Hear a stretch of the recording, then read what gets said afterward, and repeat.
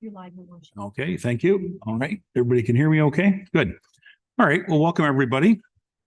Good afternoon, since it's just after noon here on Tuesday, December the 5th, 2023. We are having a special council meeting today. It's our budget workshop, meeting number 3. There is a pretty straightforward agenda today, but most of the conversation should be around council discussing their hopes and wishes for the budget. We do have an agenda, however, so I'll follow the official part of the agenda and then we'll get to our discussions. Members of council, staff, and members of the public. Item 1 is the approval of the agenda. Recommendation be it resolved that Council of the Township of Clearview hereby approve the agenda for the budget meeting number 3 dated December 5, 2023 as presented. Mover and seconder, Mr. Broderick. Hello, good morning, good afternoon. And Mr. MacArthur, thank you. Any questions on the agenda? Seeing none, all in favor?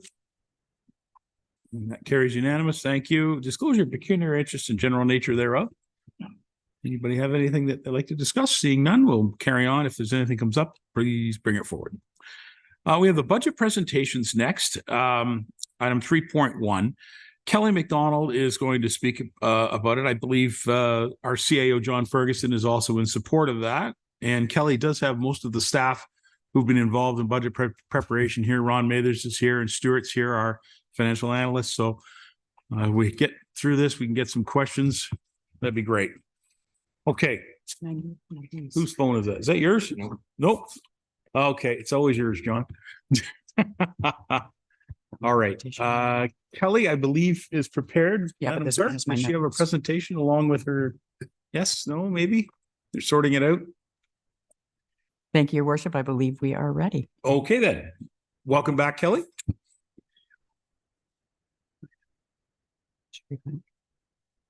Hey, good afternoon, Council. I'm just going to do a brief recap and then the budget's going to be passed back into your hands.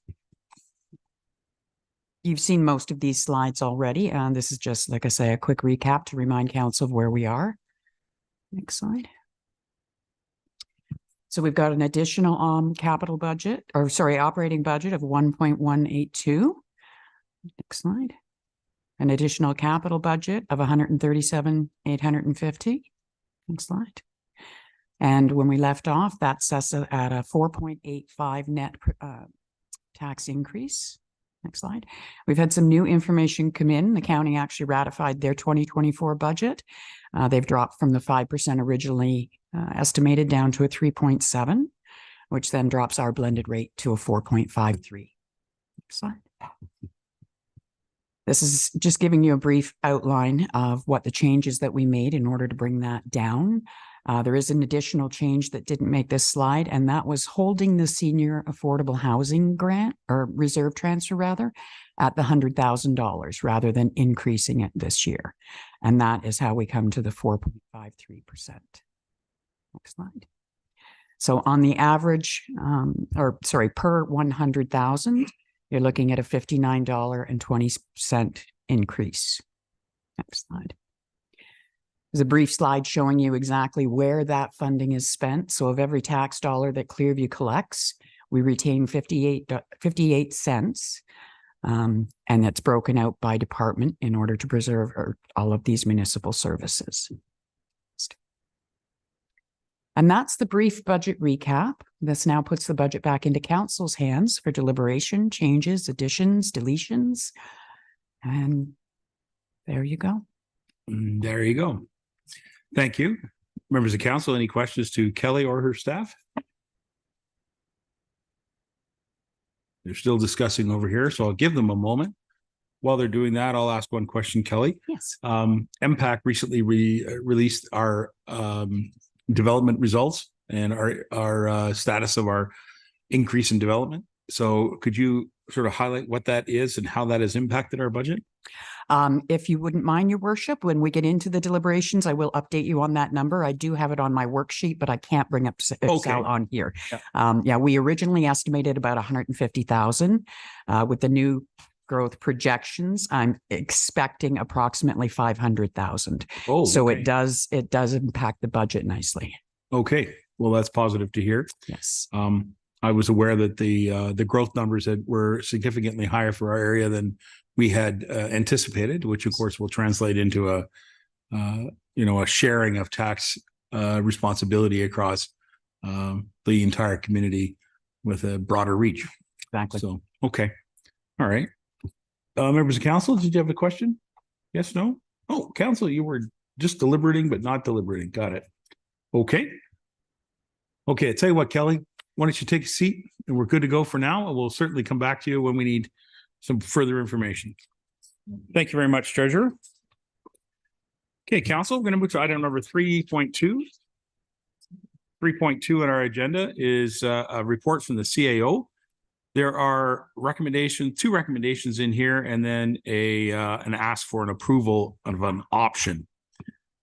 So as I've said before many times when we do motions, we always look for options to be clarified before we ask for movers and seconder.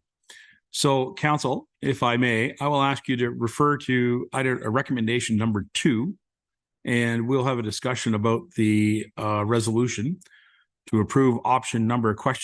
As described in Appendix A to this report for health and dental benefits for council members, and that staff be directed to draft an updated council remuneration bylaw outlining the above changes once final budget approval has been received. So council, anybody have any comments they'd like to bring about this report? Actually, I'll start with the deputy mayor. You're the fellow who brought this forward, so perhaps I'll ask you a question. Thank you, Your Worship. The concern that was expressed to me, and I think fellow councillors have comments made, that at this point in our time, all travel that we do as a council, a councillor, mayor, deputy mayor, there's no remuneration for it. We don't get mileage. We don't get anything else. So also the councillors do not have cell phones. So it's very difficult for a lot of them to do their work in the sense that we're subsidized, or they're paying for their ability to talk with constituents and whatnot. So the recommendation, after discussion with the councillors, myself and the mayor, I made the suggestion that instead of putting having to deal with individual costing every time they go for a drive here or there, participate in a Santa Claus parade, go to an anniversary appreciation, go to this or that. We give each representative a monthly stipend to cover all their costs. Basically, it's a cost recovery. It's not a salary increase. So I've made that recommendation. I think Kelly has crunched the numbers as far as, and Mr. Ferguson has crunched the numbers as far as our cost is concerned. As many of you are aware, and our previous councillors advised that a lot of the members used to get a tax-free benefit for a lot of the stuff for a certain portion. That was removed years ago. So there's no other extras that councillors anybody gets. So this is basically to compensate them for their cost of operating vehicles and cell phones. So that's just me speaking towards it, Your Worship. And that's what's contained. Sorry, Deputy Mayor, that's what's contained in recommendation number 1, which is pretty well straightforward. Recommendation number 2 on our agenda does have an option that needs to be selected, and that has to do with the health and dental benefits. So I'm looking for members of council, if they wish to discuss this, ask any questions, to select which option number we would like to put into the recommendation. And that way, then it can move forward to the full budget discussion. So not seeing anybody putting their hand up. Perhaps I'll go to the CAO. Mr. Ferguson, do you want to review that portion of your report and outline for us perhaps how option 1, 2, or 3 can play out as described for health and dental benefits for the council members?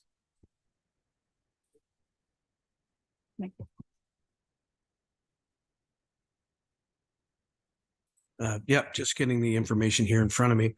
So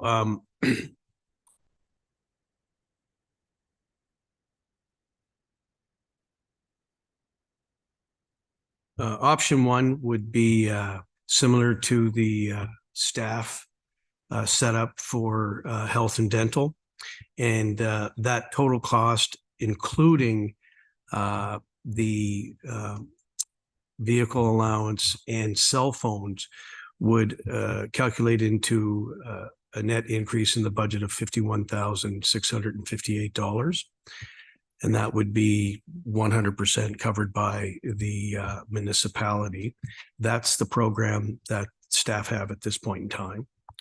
Under option 2, it is a 50% scenario, which would cost the municipality, including the other vehicle allowance and cell phone, a net cost of $30,354.60 to be exact.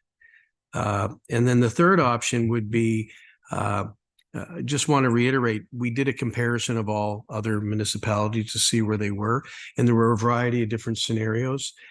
We were one of the lowest as it related to the term as a,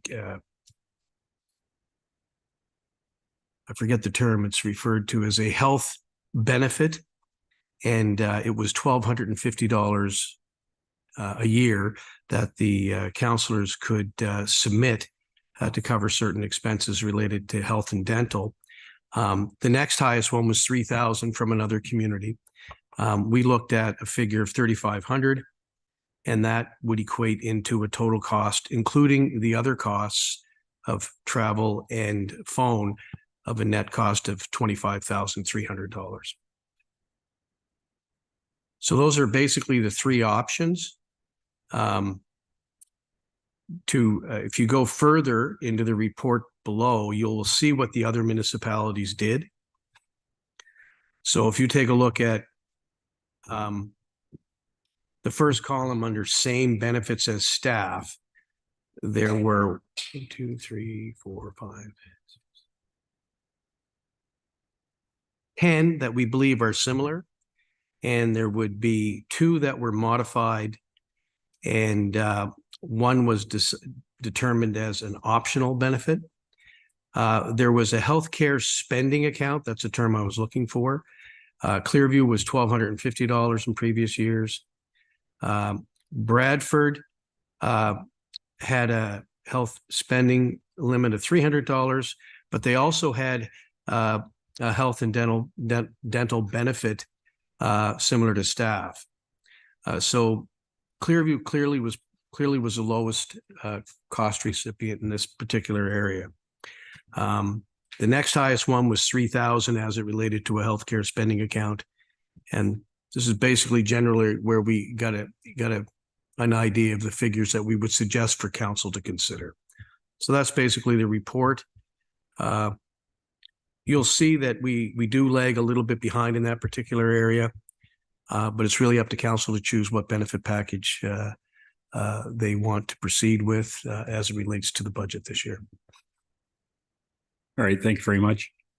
Could I ask you just to clarify too that this would be entirely voluntary, and council can select to enter the health care benefit package or not? Is that correct? I'm glad you raised that point, Your Worship. If a counselor has an existing benefit, they don't have to opt in, okay? Or they can't opt in. If they don't have a benefit, it's mandatory that they opt in for the healthcare provider to provide this to council members. Okay, so it's mandatory if you choose it, as long as you don't have another plan. That's my understanding. So effectively, then the impact to the budget would be a variable number based on the individual decisions of the families of each of the counselors. So the numbers that you're presenting are representing all 7 members reaching or going for this program. Is that right? That's correct. I've given the absolute upper end of the cost. It likely won't be that, but that is the upper end of the cost. Right. Yeah. For budgeting purposes, that's the wise way to do it. That's the number I have to give. That's the way to do it. So that is not actually the number that will actually be spent, given that some members of council may or may not require these type of things. And that's a personal choice of the counselors. Yeah. All right. Thank you, Mr. CAO. I'm looking to councilor members if there's any questions or any recommendations they'd like to bring forward. Yeah, go ahead, Robert, first, and then Phyllis. First of all, Your Worship, do we really need to purchase phones? for counselor. Would we not be better off with an allowance of an extra $40 or $50 a month to help pay for phone bills and internet costs at our homes instead of spending money on phones? I don't really want to carry a second phone with me everywhere I go, to be honest with you, but and just throwing that out for discussion. Yeah, can I just bring council's attention to interrupt you there, Robert? We're discussing recommendation number 2. Oh, sorry. Because I need the motion to be complete. I haven't even got a mover and seconder on the floor Right. yet. Okay. So recommendation number 2 is specifically about what option number, as presented in the report, you would like to add. Then I can complete the recommendation Okay. and then look for a mover and seconder. And we'll absolutely come back to your discussion point there, Mr. Walker. Okay. Phyllis, did you want to say something? Again, I'm just not sure if this is the proper time. I would like to move option 1, if that's okay. Yep. Move by. Yep. Reasoning behind it is, like, I discussed this with my husband this morning. We don't, as a rule, need that ourselves personally, but I'm looking for future counselors' benefits and younger counselors' benefits. I do agree with Robert, however, about an amendment. I do not want to carry a second phone either. I'd rather have $100 towards my internet and my phone a month type of thing. And yeah, I'm looking to future councils here and enticing maybe younger people. Thanks. Great. I won't look for a seconder yet. I'm just looking if there's anybody else got any motions for this option. Anybody else making any other? All right, I'll look for a seconder on Phyllis's recommendation. Mr. Broderick, thank you very much. Council, do you want to discuss this? Option 1? No? Yeah, yes. Oh, yeah. Okay, Marty, go ahead. Yeah. Thank you, Your Worship. Does that include the amendment with the phone? No, again, we're dealing That's with strictly- okay. recommendation number 2, looking to complete the motion, which is part of our procedures, right? We have to have a complete motion before we put it on the floor. So council is going through the procedure of completing the motion. All right. Okay. So again, I just want to highlight one more point. Again, this is very optional. As the CAO pointed out, that if you already have benefits or future counselors already have benefits, it's not ever, not required for them. And so the cost will actually only be reflective upon the memberships of each of your individual decisions to enter into the program or not. Okay. All right. And Madam Clerk, we've got a mover and seconder. Do we need to call a motion on that option?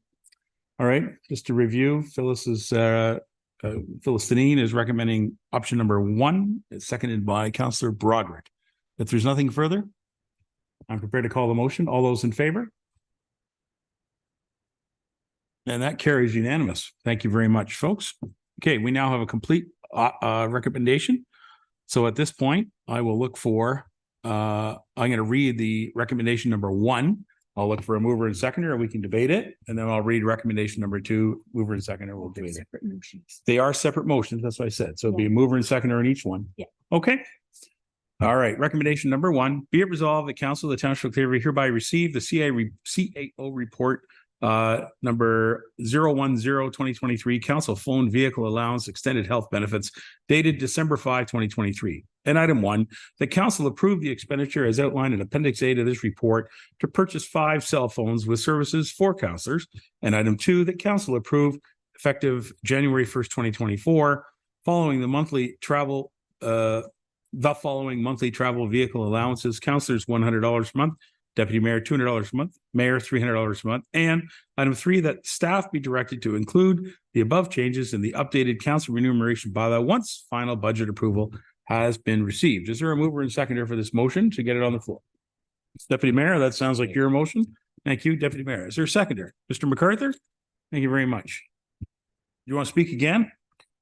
I'll just speak on behalf of as far as the cell phones. As most of you are aware, as counselors, the mayor and myself do carry a second cell phone, and I don't carry it all the time. I use it. My cell phone is forwarded to my computer, so I see any messages when constituents phone. And I do use it to return calls from people who I don't, for non-personal reasons. Now, I do have a lot of people who I don't mind using my personal phone, but as long as they don't abuse the privilege, I'm okay. But too many people are starting to abuse that privilege. So just to give you a bit of heads up on having the cell phone, it's there for different reasons. And some people like to separate their personal from their business, the township work, we'll say. So I use it my way, and I think a lot of people will recognize that. I agree with the comment for in the future. There's so much new technology out there as far as being ability to adapt and forward and stuff like that. It works for me what I do right now. Let's just put it that way. So thank you. All right. Thank you very much. Anybody else have any comments? Yes, go ahead, Robert MacArthur.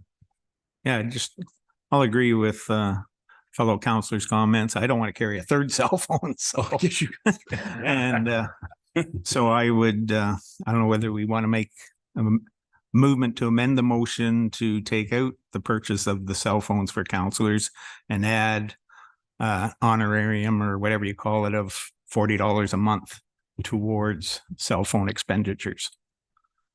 Okay. Do you want to consider that an amendment?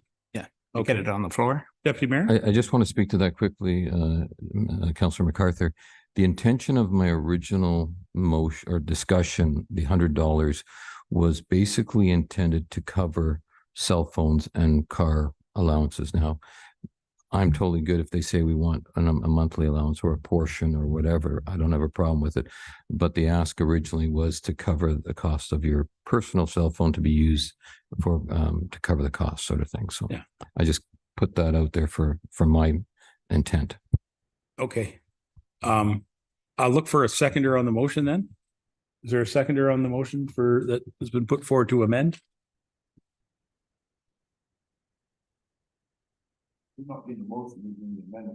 That's right. Your motion to amend. You second that? Okay, so now we have a seconder. All right, let's have a discussion on the amendment. Yes, go ahead, Phyllis. Then Robert. I guess everybody has better providers than I do or has more options because if it's just going to be $40, it's probably not even worth my while. I'm sorry, Robert. So that's for internet and phone a month. Mine's $350. Yeah, but that's our options. All right. Yeah, of course. The clerk's just reminding me they could be friendly, but I think we need to have a good discussion on this point, Madam Clerk. So, all right, I appreciate that. Mr. Walker. Yeah, thank you, Your Worship. So just a clarification that the $100 a month you have got down here is travel vehicle. That's more than that then. Deputy Mayor, you were thinking that's including phone use as well. Is that what I get from your conversation earlier? I put it out with that intention. Yes. Okay.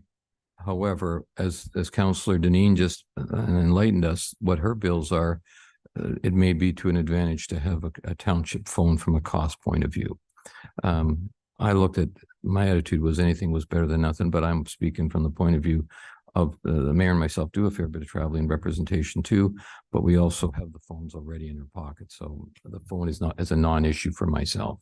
Mm-hmm. So it's more or less for yourselves, what you feel you want or what is the most benefit to you. And I would almost question if we wanted it as an option, we could potentially in your amendment, Councillor Walker, is look at saying that the councillors have the ability to receive a township cell phone as an option. Okay, before we go any further, I just want to be clear. There are 3 items in the whole recommendation. We're asking right now for an amendment which appears underneath item number 1. The council approved the expenditures outlined in the Pennsylvania report to purchase 5 cell phones. And Deputy Mayor, respectfully, you keep bringing up the issue of the $100 a month that's in travel. That's the separate item that's in the recommendation that came from the CIO's report. So I totally hear what you're saying, that your intention was there, but I think the CIO took the recommendation from the meeting and produced his report with all those items in it. So I think we don't want to muddy the waters when it comes to what the $100 a month is for. I think it's a travel expense, as the Mr. Walker pointed out. Right? Okay. I agree with that. Thank you. So if I may, council, I'd like to go to the CAO. I want you to know, council and the public, I had a long talk with Mr. CAO about the whole business of cell phones. I mean, as the mayor and the deputy mayor, we are considered officers of the corporation. And so that's why cell phones were offered to these two roles some years ago. And so I appreciate having the phone, and I personally use it a lot. The question about the councillors is councillors are not technically officers of the corporation. It would be a benefit given that you're speaking to your constituents and you're dealing with expenses. And so the CAO and I had a long conversation about doing business on electronic devices on behalf of the corporation. And so, Mr. CAO, could you follow up with that part of that conversation we had about why your recommendation says that we would purchase phones rather than pay for phones? Yeah, so it really stems to the fact that if you're doing something associated with council business, whether you're on a Zoom call for a meeting from your phone, if you can't be there, the emails that you're receiving on your phone and sending on your phone as a counselor really should be all the record of the municipality. Having a municipal cell phone aids with that process of separating your personal from business. But ultimately, it is a council decision on where you want to go with this. But that's why we put it in there as the full cost of purchasing the phones. And then the actual fee for the phone use totals for 5 people, $6,300 a year. If you went with a different format, so let's say you went $50 or $100 a month allotment, as opposed to a phone for that service, just keep in mind that any municipal business you're doing, make sure you keep it on your municipal laptops and whatnot. It's very important. And that's the only thing I would say if you take that approach. Ultimately, you need to make sure that you protect the information of the municipality. Council, that's basically what we talked about. Any questions about that directive or that ideal that comes from the CAO? Yes, and the clerk has something to say too, but go ahead, Marty, if you got a question.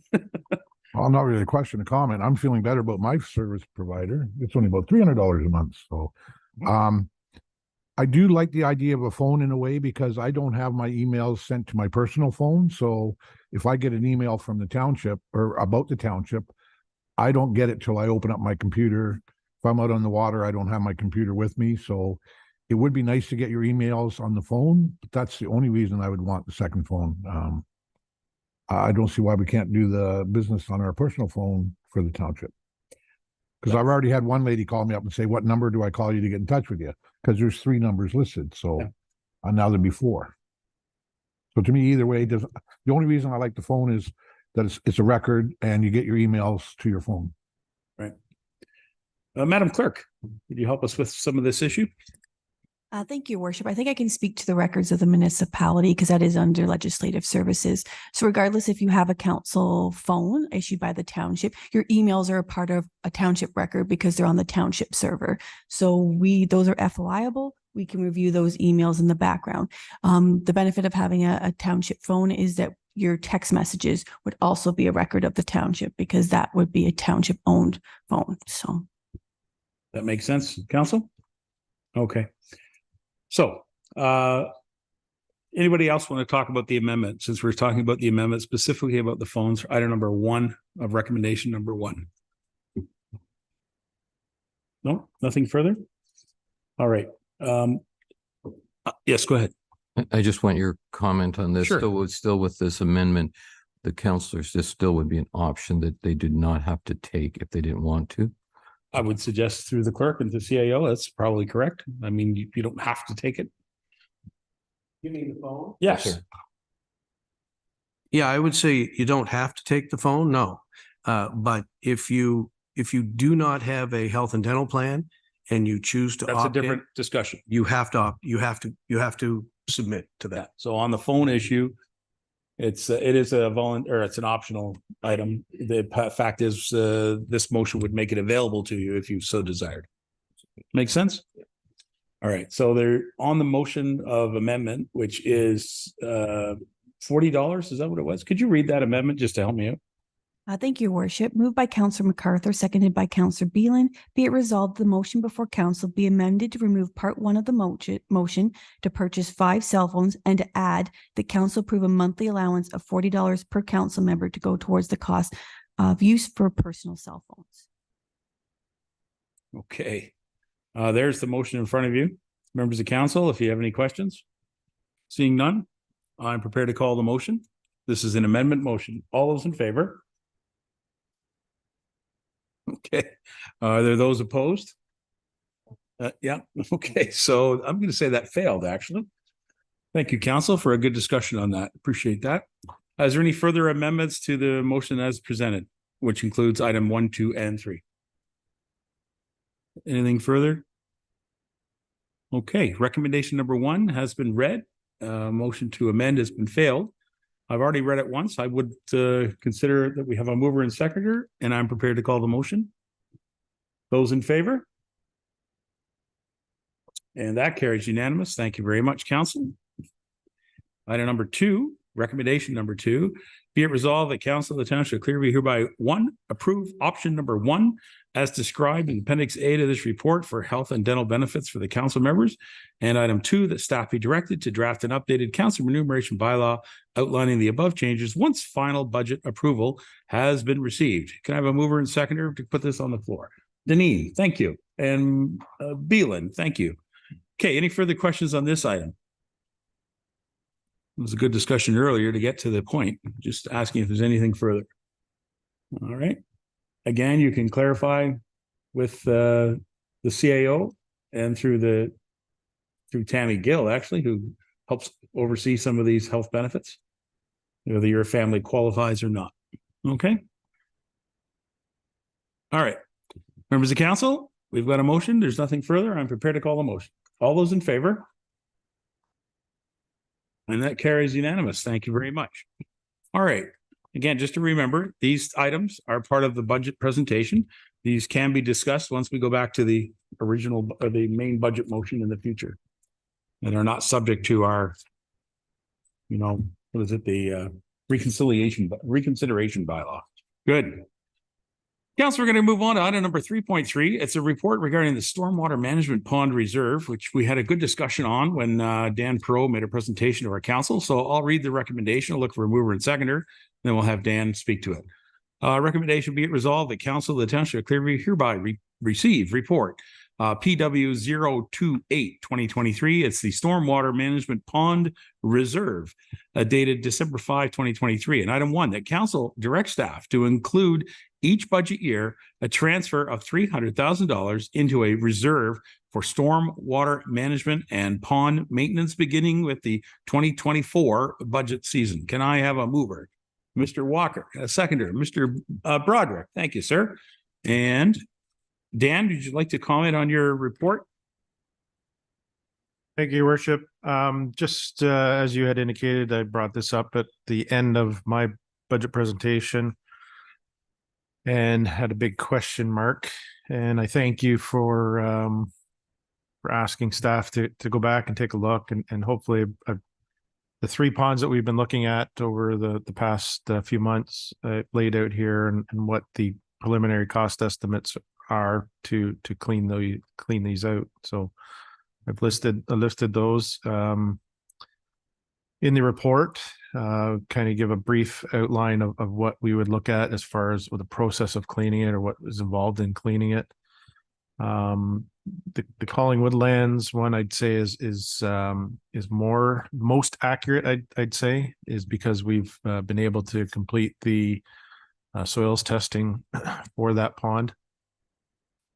We're very confident, very comfortable also with leaving the spoils on the site, being able to utilize that and not have to truck it away. So that one there I'd say is the most accurate. The other 2 ponds were still in the investigation stage as far as doing the soils testing and how we would have to dispose of the silt and soils from those ponds. And then looking at those costs, obviously it's a very high cost, and it's probably not very palatable to be be swallowed at one given year. So I thought that $300,000 would be a good start. Might allow us to do some work this year. But also having it repeat year over year, you know, that once we have these 3 ponds sort of tackled over the next, might take, you know, near 10 years to complete, that 300,000 would at least be a good start. We could look at different avenues, different things. And speaking with the treasurer, there may be some additional allocation from grants and whatnot that have come in that's sort of unexpected that we may be able to utilize as well. So Very good. Thank you very much, Dan, for considering that and making this recommendation. Members of council, do you have any questions to Mr. Pro or Treasury in regards to this? Oh, we got some hands up. Deputy Mayor, then Mr. MacArthur. Thank you, Worship. Just Dan, quick question, and please, just to reiterate, the costs of the maintenance of these ponds will be allocated to the general public or to the people, the benefactors of this, i.e. in the Collingwood lands or the Sandcore subdivision or McKean? thank you, through your worship, to Deputy Mayor.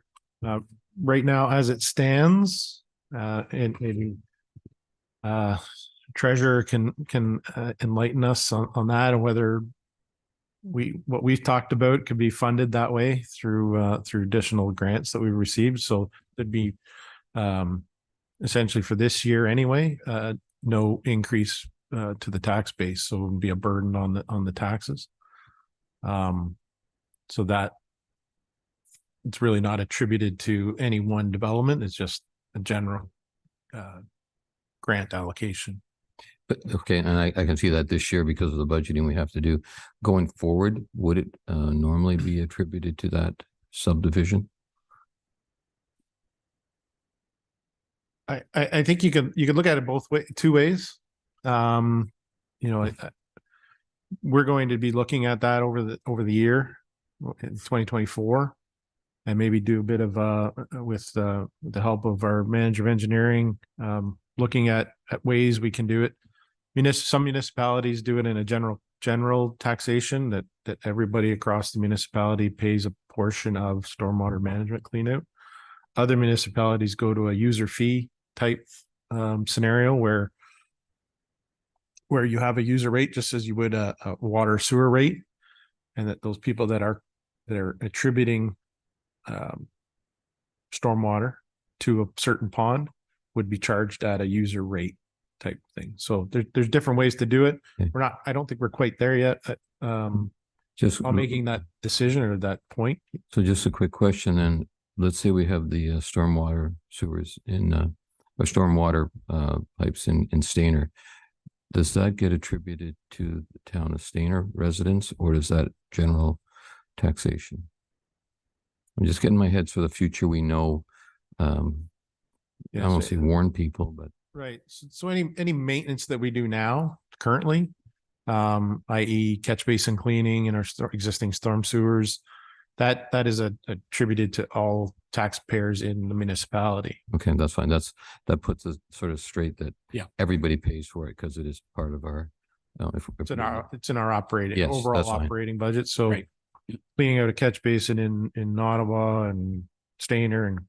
Well, especially in light of the fact you're saying a lot of them we haven't done in 20 years. So on a per year basis, it's pretty inexpensive. So these ones are more attributed to the actual storm management pond itself. Yes. Yeah. So the storm pond is the end user, the end result of a storm system typically. They're more a specialized user. So for instance, the McKean subdivision in Ottawa, that subdivision, the stormwater effluent goes to that pond. It doesn't get brought in from anywhere else in Ottawa.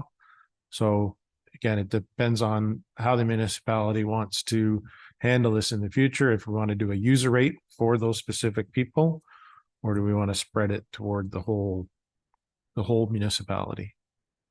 And that will provide more information hopefully this coming year. on direction on that. Or All right. recommendations. That's great. I think I had MacArthur and then I'll go to Walker. Go ahead. I'm just wondering, do we know kind of what the life expectancy will be from these cleanouts then? Or like how old these ponds? I'm guessing they're roughly 30 years old, the ones in question, Yeah, but probably. Thank you, Your Worship, through to Councilor MacArthur.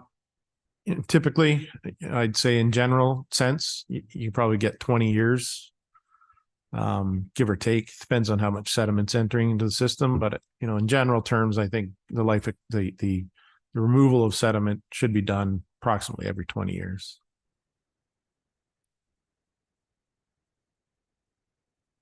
Okay. All right, Mr. Walker. Just going to ask, is there an opportunity to put this on DC charges? Stormwater management, is there a portion that could be from DCs to be put into, just asking if that's an opportunity down the road? Kelly. Thank you, Your Worship. Through you, it's Councillor Walker. Development charges are strictly growth related, so there is potential to have it in for new ponds coming on. But as far as the maintenance goes, it can't be DC funded. Yeah. So do we have it in for new ponds coming on then in our DC or not?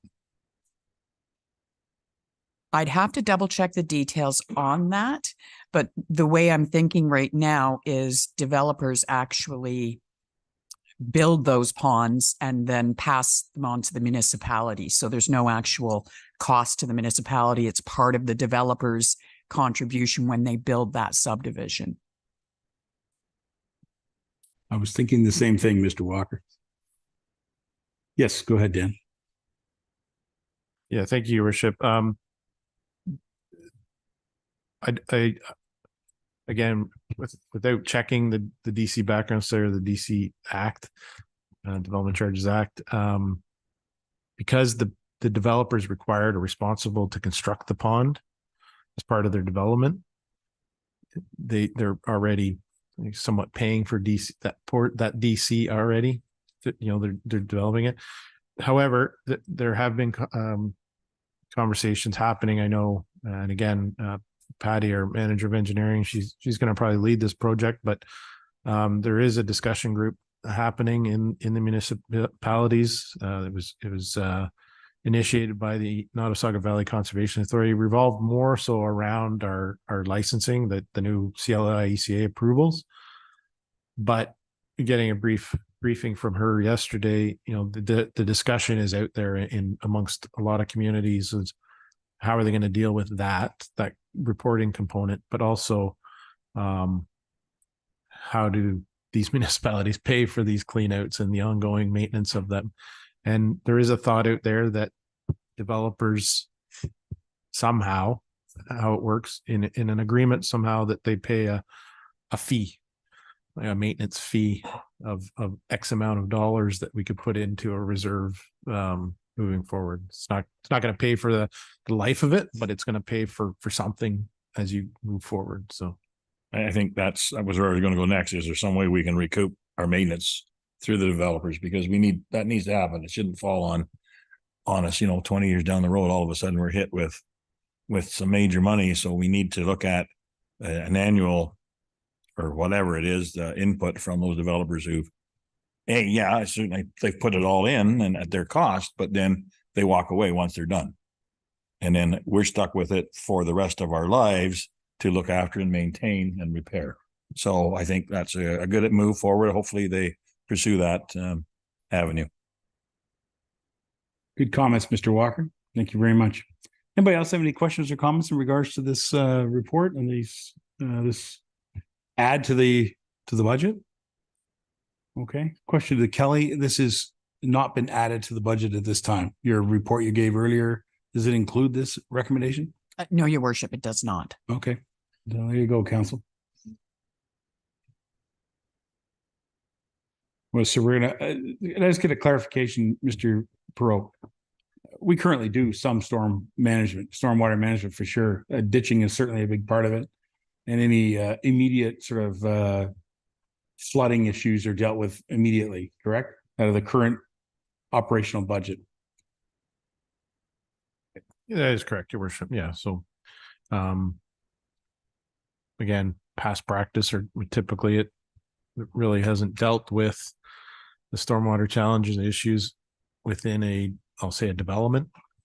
They will obviously go in if there's a major issue and do some repairs and maintenance. But strictly focusing on a pond itself typically has my time or my knowledge in the municipality hasn't been done. But overall, generally, yeah, we have a ditching budget in our operations. Right. So ditching and stormwater management sort of synonymous with each other. Somewhat, yeah. Yeah, somewhat. I get it. So my question is $300,000 in 2024 something that you are going to use, or is that going to be simply sitting in their reserve to build up enough money to do some of these projects that are outlined in your report? Like, are you going to use some of that money this year, or is this looking to just build this reserve? Thank you, worship. I think we may be able to use some of it. Again, just kind of thinking out loud, but sure. Oh, we are. It's a workshop session. Go ahead. There would be some additional works, like I said, to do some soil sampling in the other ponds of McKean subdivision and the Zancor pond on Country Lane. To be that type of work, possibly some additional investigation at the Collingwood Lands pond on grubbing and tree removal, some overgrowth that's grown in there over the number of years. Right. So we can certainly use some of it. And maybe just fine tune some of the costs as well. Now we know that we can utilize or keep the spoils on the site itself. It may reduce that cost of the Collingwood Lands pond. And perhaps we use some of that money to do some ditching, some much needed ditching in that subdivision as well, that there may be some spots that we could start at, utilize that too. But as you said, it's this will impact residents right across the whole township, because this will be a tax to all taxpayers. And certainly ditching is important to keep all of our roadways clear, because that's what we have to do. And so residents should know that this does impact them in their area, because the roads that are in front of their homes all have ditches in them. We have very few that have storm pipes. Most of them are ditches. So, increasing the budget and or the reserve for ditching and stormwater management is something that is going to be impactful across the whole township. However, we do have 3 priority items that pop up, these 3 ponds that are highlighted in your report that are now, as Councillor MacArthur said, over 30 years of collecting sediment. This has overpowered them and made them impossible. So we have to deal with this. There's no doubt. And I'm just hopeful that the monies you're asking for will show some benefit in 2024. Otherwise, we should just create a reserve like you're proposing, but perhaps half of that, if we're not going to do anything with it, we should, put the taxes off until we can find other sources of revenue for that, much like as was Councillor Walker suggesting. So that's just me thinking out loud too, being a workshop. But I think if $300,000 is something that we can see some work in 2024 and be comfortable with, then I'm comfortable with supporting me. And Kelly and I had a brief conversation, and I don't want to speak for her, but we may have found a different source of funding for this portion, so it does not affect the tax base this year. That's not to say that it wouldn't maybe moving forward, but right. I'll leave that to Kelly and how we fund things the way she's thinking. I get it. Before I go on, I think I saw a card here. Councillor Deneen had something. Yeah, through your worship and with Dan too. And correct me if I'm wrong, Dan, but from the conversations we've had with the Collingwood Lands and numerous people out in the country area and the McKean subdivision, the ditches, the first step they have to start at the pond before they can do the ditching. So it's very important that we get this money and get them out there to do that. So then the ditches can be dealt with. Isn't that right, Dan? The first step is the pond and then the ditches come after. And yeah, we have to work that way. Mr. Pro? I would wholeheartedly agree with the Councillor Deneen. There's no, the water needs to go somewhere, and that at the end result is the pond. And if we can't get the water to get into the pond, there's really no sense in cleaning the ditches out, because the water's just going to sit there. So, Yep. Thank you very much. Members of council, anything further on this ditching issue and the request for $300,000 to be put into a reserve? Okay. Kelly, creating this type of reserve, this will just be a standard style reserve. This isn't anything special going in any type of bond or anything. This is just a reserve file and fund that we will manage internally, correct? That's correct. It'll be a similar reserve to other ones that council's created for specific projects. Right. And it'll be listed in under our budgeted items reserves. Yeah. Well, given the amount of growth that we're looking for in this account, that's why I'm asking whether this is something that we wanted to make an investment and see it would grow even more than just the simple interest we receive from the bank. So I don't think that's where you're going with this. Is that right? Through to your worship, we do have an investment account and we do transfer funds that are not needed on a not day-to-day basis, but an operational basis. Right. So there is potential for a return on this money. We do calculate returns on all of our investment reserves. Yeah. So it will earn interest each year.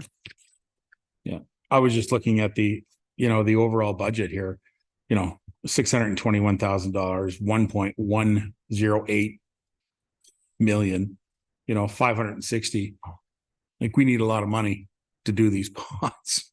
And so that's why I was just kind of wondering where you want to park this, see what kind of maximum benefit we could see. Maybe you could bring back a report in the future about how we can do that with a lot of other accounts too. I know that your investment accounts they're looking pretty good. I mean, considering the markets move quite a bit, but all right. That's just an off the side comment. Thank you. Members of council, if you have nothing further, we have a recommendation. We've not seen any amendments. So if there's nothing further, I'm prepared to call the motion. Those in favor? Okay, that's approved unanimous. Thank you. I don't like that one, but we had to do it. It's unfortunate. All right, council. Let's see here. We've been talking for about an hour. We get to our council budget amendments now. This is the section 3.4, where I'm just going to leave it open. It's very much a workshop session again.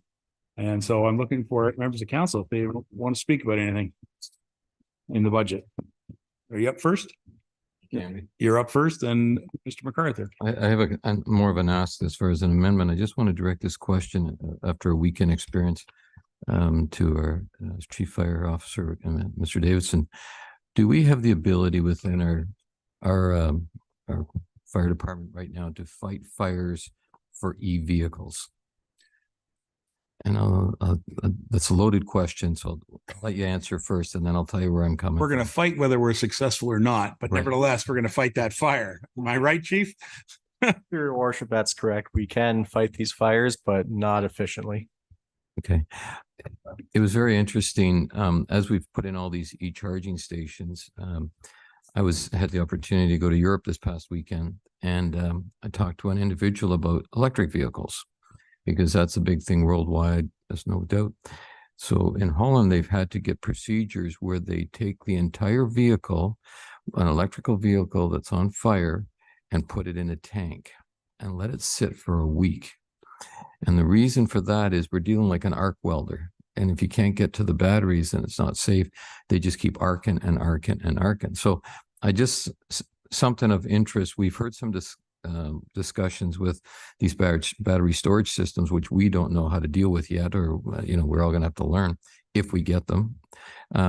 But this electric vehicles, we could have them driving right through our community right now. Sure. And especially with us having our charging stations, we have the potential for an issue. So I just want to open up that can of worms and see if you want to comment about that for the future. Your worship, we are actually looking at a system through Rosenbauer, the fire truck manufacturer. It's a system that'll go underneath the vehicle and through a piston assembly kind of shoot up into the battery itself. And you can extinguish it that way once you hook up your hoses. So it's a direct line into the battery. We're just looking at costing now on it. And then the cost, of course, comes in because it'll be deemed a contaminant, and we have to deal with that as well now. So anyways, just keep us informed. It was just something as we're doing our budgets that it's something we don't want to be blindsided. It's no different than our, stormwater management ponds. We got to look for the future. So thank you. Yeah, it's a tough one, Deputy Mayor. Thank you very much for bringing it up. And I'm sure the chief, you and your staff will keep council up to date if there's any revolutionary ideas on how we can deal with electric vehicle fires. All right. Thank you very much for that.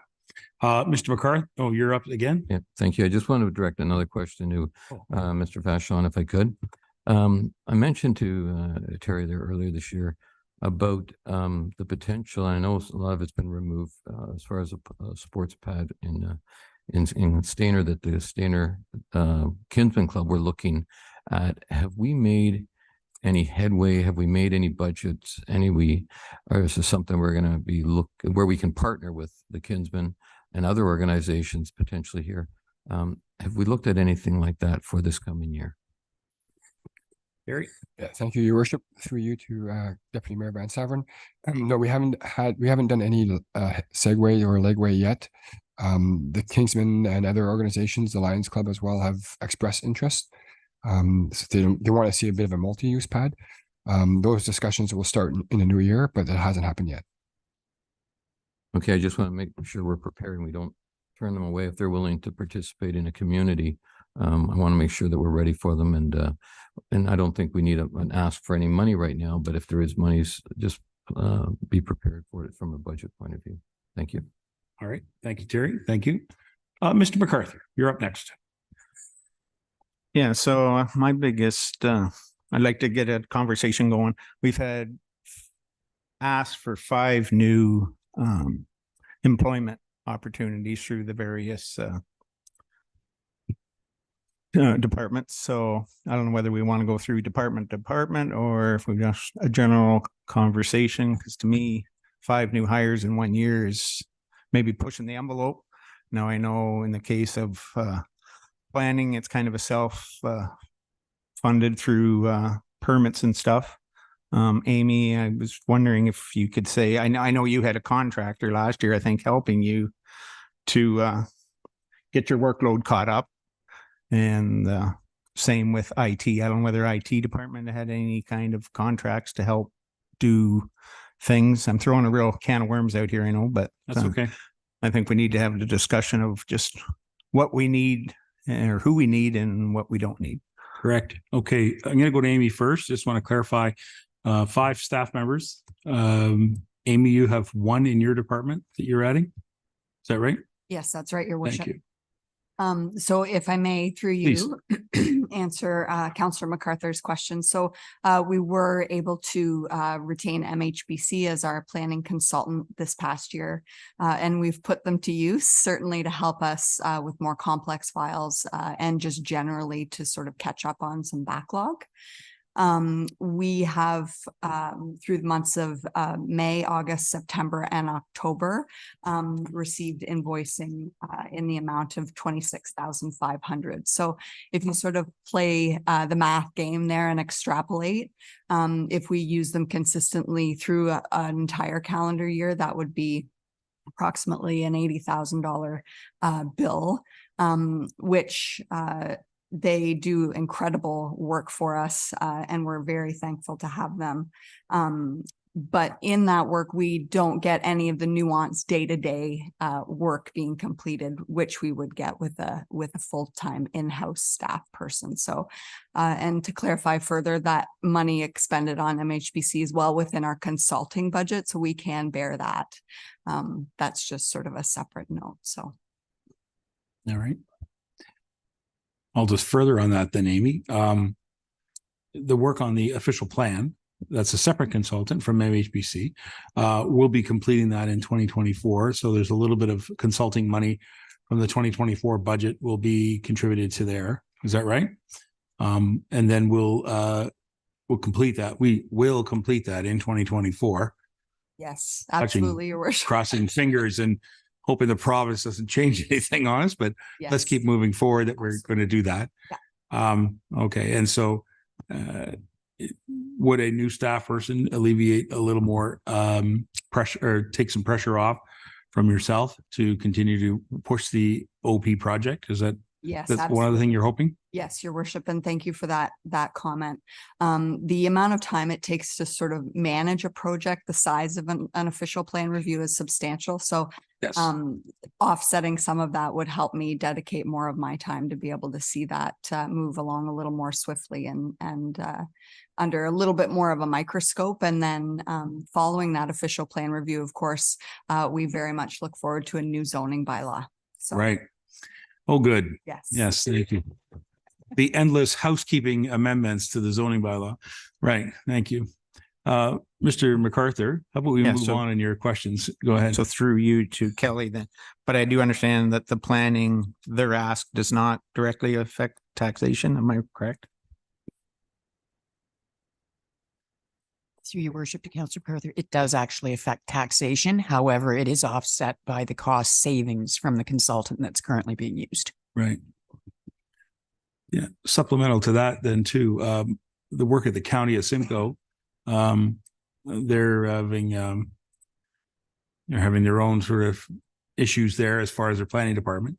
Is more work coming to us as a result of the county lessening some of their responsibilities, Amy? That is a good question, your worship. Through the last year, I know that the county has been thinking a lot about the way that they deliver their planning program and the way that it will change when they no longer play a planning authority role.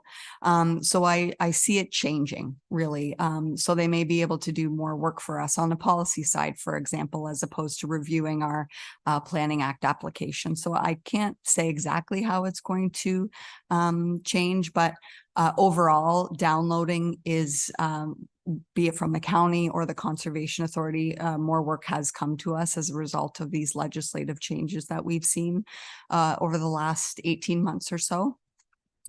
So we're hoping that the county can continue to help us with our overall planning program, but again, downloading does seem to be the theme. So, and on one more point, your worship, if I can add to Kelly's point, I will remind council that legislation requires that we do refund application fees where the timelines aren't met. So that's a further sort of impact to the bottom line, where if we're not meeting our timelines, we're going to take a hit to our revenue. So that's sort of another balancing point on the new staff person. We'll let that balancing come back to the Treasury Department. We'll let them sort that out. Right. Thank you. Although we do try to, of course, meet all of our deadlines. So thank you. Anything else on that discussion, Robert? I think you mentioned IT department and you want to talk about all 5 positions or? Yeah, I think we should go through all 5. All right, let's go to personally. IT and we'll So come we'll back go to you to for IT. others. Yeah. All right. Madam Clerk, can you outline for us the roles that new IT person is going to be? I'll defer that to our treasurer because that would be under her department. Okay. Thank you, your worship. So currently right now we have the one person in our IT department. We don't use consultants. We do have consultants for our server backups and things like that. We are looking to move some of our programs to the cloud, which will alleviate that. But currently the projects that are required throughout the municipality are managed by one person, and to say she's run off her feet is understatement. So what we're requesting is an IT assistant that would work closely with Magdalena, potentially doing more of the hardware setups and the running out to different locations for troubleshooting or for issues that the other locations are having, which would alleviate some of Magdalena's time and give her more of an opportunity for larger projects, whether they're focused around corporate security or whether they're focused around new regulations coming out as far as IT. But that's where we see this position going. All right. Mr. MacArthur, any questions on that report? Yeah, I guess Kelly, you're be quicker than me. Just what was the total ask or expected salary increase for that position? Your worship, to Councillor MacArthur, we're expecting approximately $80,000 for that position.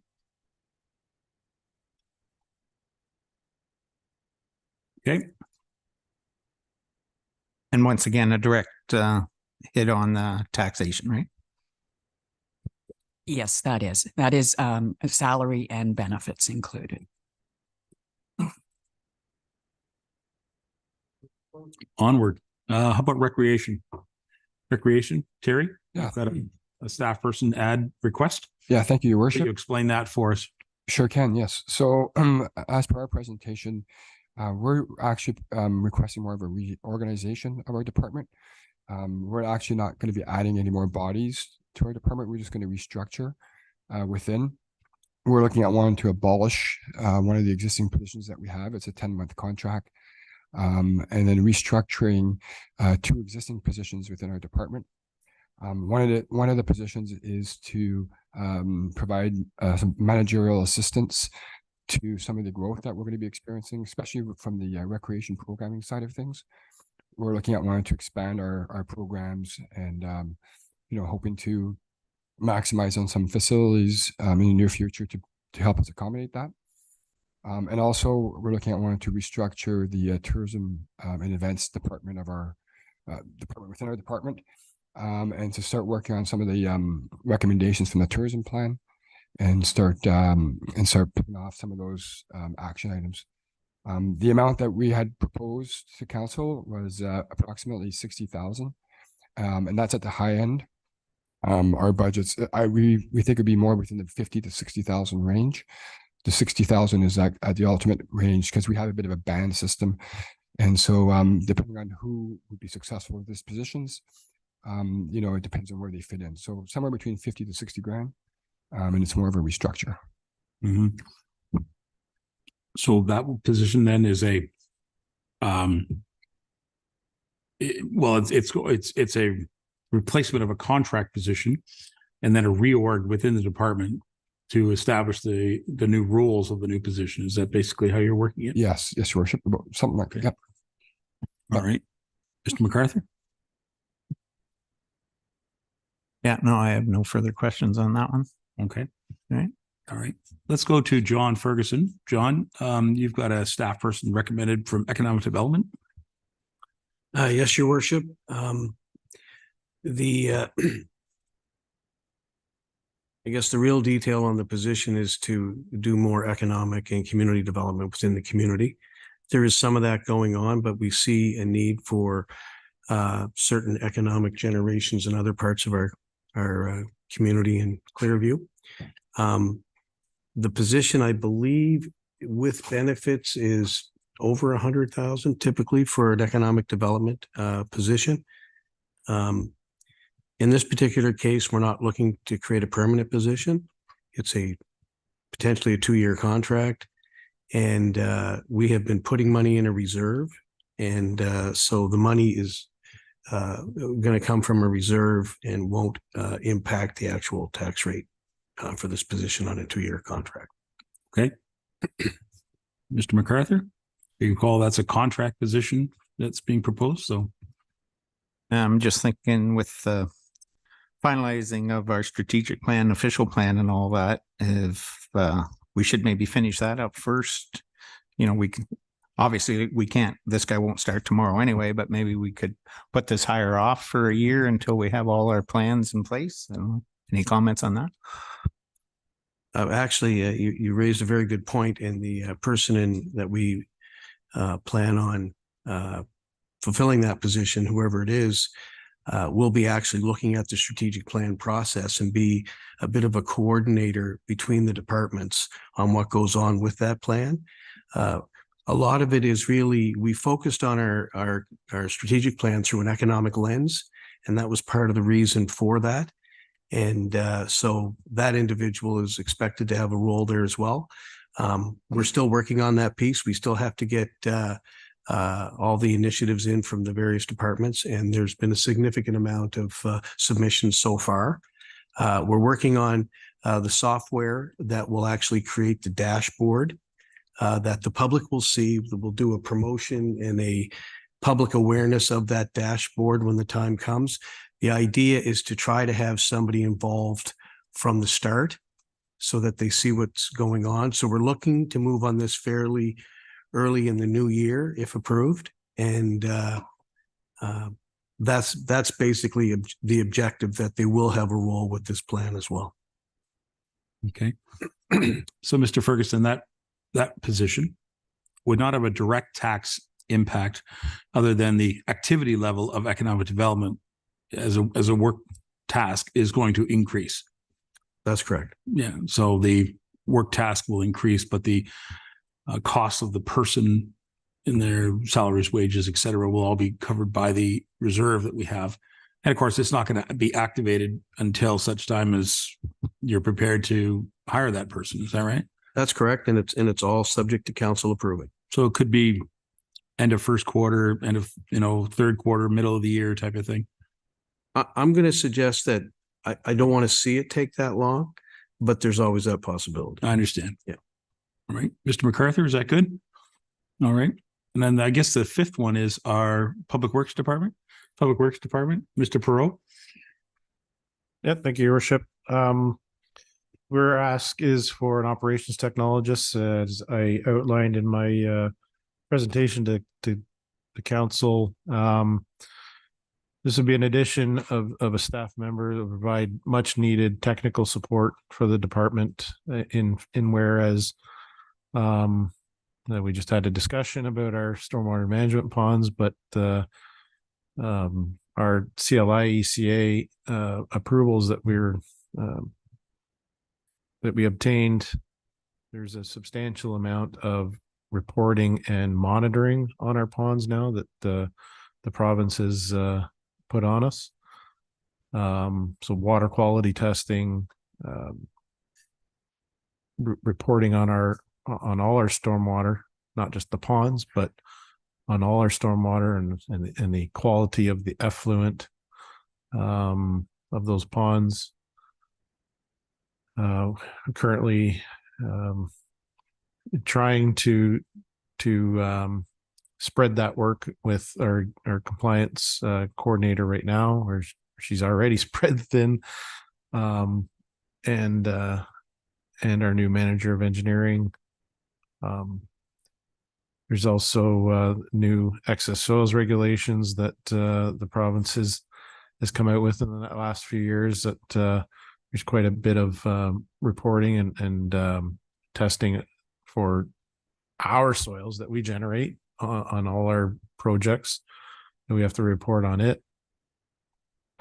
And amongst other, transit, I think, is going to become important thing to look at. I think we've had this discussion, Your Worship, in 2024 on how we can better improve our transit system, getting a handle on it and trying to serve more of our community now that we're growing into the new developments. A lot of focus on traffic calming, traffic counts, organizing and coordinating those. So a variety of technical, hands-on issues or responsibilities that are needed, that maybe aren't getting done quite to the way that I would like to see them being done. We just need additional bodies and try to take some of that away, that work that's quite not getting its full attention, and putting it into somebody that would have their full attention on a position like that. Okay, very good. Thank you very much. Mr. MacArthur. Yeah, so on that note, Dan, you're confident we can hire somebody that has expertise in all these expectations, or have you investigated all of any services out there, contract services that would be, that specialize in this stuff on an everyday basis that might be some cost comparable? Your worship, I haven't, to be honest with you, I haven't looked at, there's such a wide variety of specialties that would be required. Confidence that we would find somebody that would specialize in all of them. It would be a stretch to say that I would be confident in that, but somebody with a background in transit or traffic or the CLI ECA component, the ministry components can certainly be beneficial and grow into that position the way I foresee it happening. As far as firms out there, we can certainly, there's a lot of transit consultants, they'll provide that transit information. Implementing it is a different thing, right? Like, so getting it actually working and using it.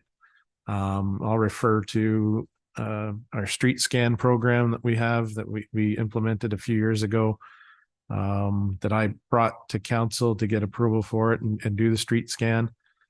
I just haven't had the time to implement it or to work with it enough in order for it to be beneficial. So somebody in a technical perspective would have the time and learn that program to be able to use it to be beneficial for them to use it.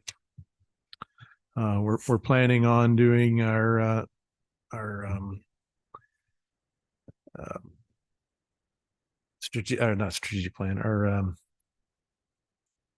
master plan for sidewalks and road this year as well. Yep. So there'd be some consulting work for that, but it would be a project that somebody in an operations technologist would be able to handle through the process.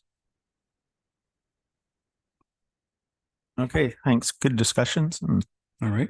I don't have any further recommendations at this time. Okay. All right. Well, we'll stay tuned.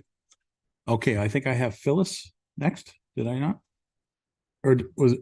I thought okay, it wasn't you. Okay, then we'll go with you, Marty. Thank you, Your Worship. I just know that sometimes a job fills the void of time that's allotted to it. And I'm just wondering, are we really looking at being efficient in our work? Is there maybe some things that some of these people are doing that they don't need to do anymore? I've looked at people underneath me, they complain don't have enough time. You look at what they're doing and they're generating reports that nobody's reading anymore. Well, why do them? So maybe I wonder if IT could look at what they do and say what's important still and what isn't. Maybe they would realize that there's some efficiencies there, because it's hard to believe you go from one person overworked to keeping too busy all the time. So I'm looking at maybe, and I don't know if this is allowed in this company, the person that you want to hire for public works and the one for IT, maybe split your time doing half of each. The person in public works is probably going to be fairly knowledgeable about computers to do all the work that you want them to do. So I'm wondering, would it be better to hire one person to do the two jobs to help out with each, and then maybe in a year from now would know whether we need to hire another person or not? Same with reorganizing the public works. You want to make a parks and manager of parks, culture and recreation. That sort of has a lot to do with economic development as well. Maybe that person could split their time from economic development and parks and rec. To me, it would be more efficient. And I think you really have to look at what you're doing in your job. Otherwise, I mean, I've had a job too where you just don't seem to have enough time in the day. And then you start looking at really what do you do and what is important, and you do the important stuff, and nobody notices you didn't do the stuff that you thought was important. It's not really important. So I'm wondering if we can combine some of these, and wondering what people's thoughts are on that. First of all, my impression there, Mr. Beelan, is you're becoming an excellent counselor by pointing that out. Thank you very much for that. No, seriously, I mean that, because something that happened across Clearview Township for many, many years is that they have been, we've hired people and they do dual roles and they work for two different departments at the same time. And that's happened a few times around here. And that's now sort of pushed all the way to the senior management team, that they have senior managers now looking after things. So it's an interesting point that you bring up. But it is an evolving time, and you're right. Technology could change, and we could find the right person to do that. So thank you for that. So I would like to move then that we combine these two jobs, one for IT and one for Public Works. You're going to hold your motion. I'll take that. Okay. But I'm going to ask for the comment from the CAO and Public Works and see what they have to say about it. Okay. Mr. CAO first. Thank you, Your Worship. It's a good question, and not to take anything away from any of the positions that have been put forward by all the departments. I think IT has been the one under the most demand, and a lot of extra time, not really even able to really take quality vacation time and whatnot to bring her in. All the different outside offices, all the different fire halls, all the different changes, all the different upgrades require her to go to all those on a regular basis. And it's really hard to keep up with. So the demand is actually quite significant on IT, and we don't want to lose her. And to a certain extent, I think the demand is much higher than what's really perceived by some people. Magdalena is working extensive amount of time and energy in meeting all our needs. So it's a tough one. It's a tough one for me. And as it relates to the technical piece, there may be, but there's some very, very technical skills required in IT these days with a variety of different softwares that we're using and the different people that we contract with, either to do our web page upgrades or other stuff that require to have fairly knowledgeable person on staff as well. So it's a tough one for me to answer. I think that one is a difficult one. I think there is that big of a need in IT. As it relates to the economic development and potential recreation one, it's something that we discussed, but it was not something that the people in recreation, they didn't want to get too far into the economic development field because they felt that their career is in recreation. And they actually, I did discuss potentially if we could do that, and it's not something that was received with enthusiasm, in the sense that they're doing a fantastic job, don't get me wrong, but they want to continue in what they believe is their field of professional education and experience in recreation. Although they do some tourism and whatnot and some community development, it's a little bit associated with the community development that they've done in the past. And they didn't want to get into all the other aspects of what an economic development officer does. So that was the difficulty I had. I did have that conversation with their staff. It just, and I don't want to take anything from them. They were being straight and very, very decent about it, but it's just something that they didn't want to pursue. Thank you. Dan, the position that you're proposing, do you feel that that person could work with the IT in an IT role as well? Is that something that you see? Just to support Marty's question. Yeah, thank you, Your Worship. I think it goes back to, what qualifications would a person have, right? I think like our CAO hit it right on the head is I think, yes, they may know computers, but they may know, say, AutoCAD, let's say, like as a program. They wouldn't know the security threat protocol for our network system, so well, yes, they'll probably know computers. They'll know computers probably as well as maybe I do. in whereas, I could use AutoCAD and those types of things, but not anywhere near what I think an IT specialist would have to know. I think they're two separate knowledge bases or education based. Okay. I'd like to go to Kelly next. Kelly, your thoughts on that? Thank you, Your Worship. I would echo both Dan and John's comments. At one time, our IT department did actually have 2 people, and then that was pared down. What we found has happened is it's not so much that they're busy all the time. They are 100% busy all the time, but there's also things that are not getting done.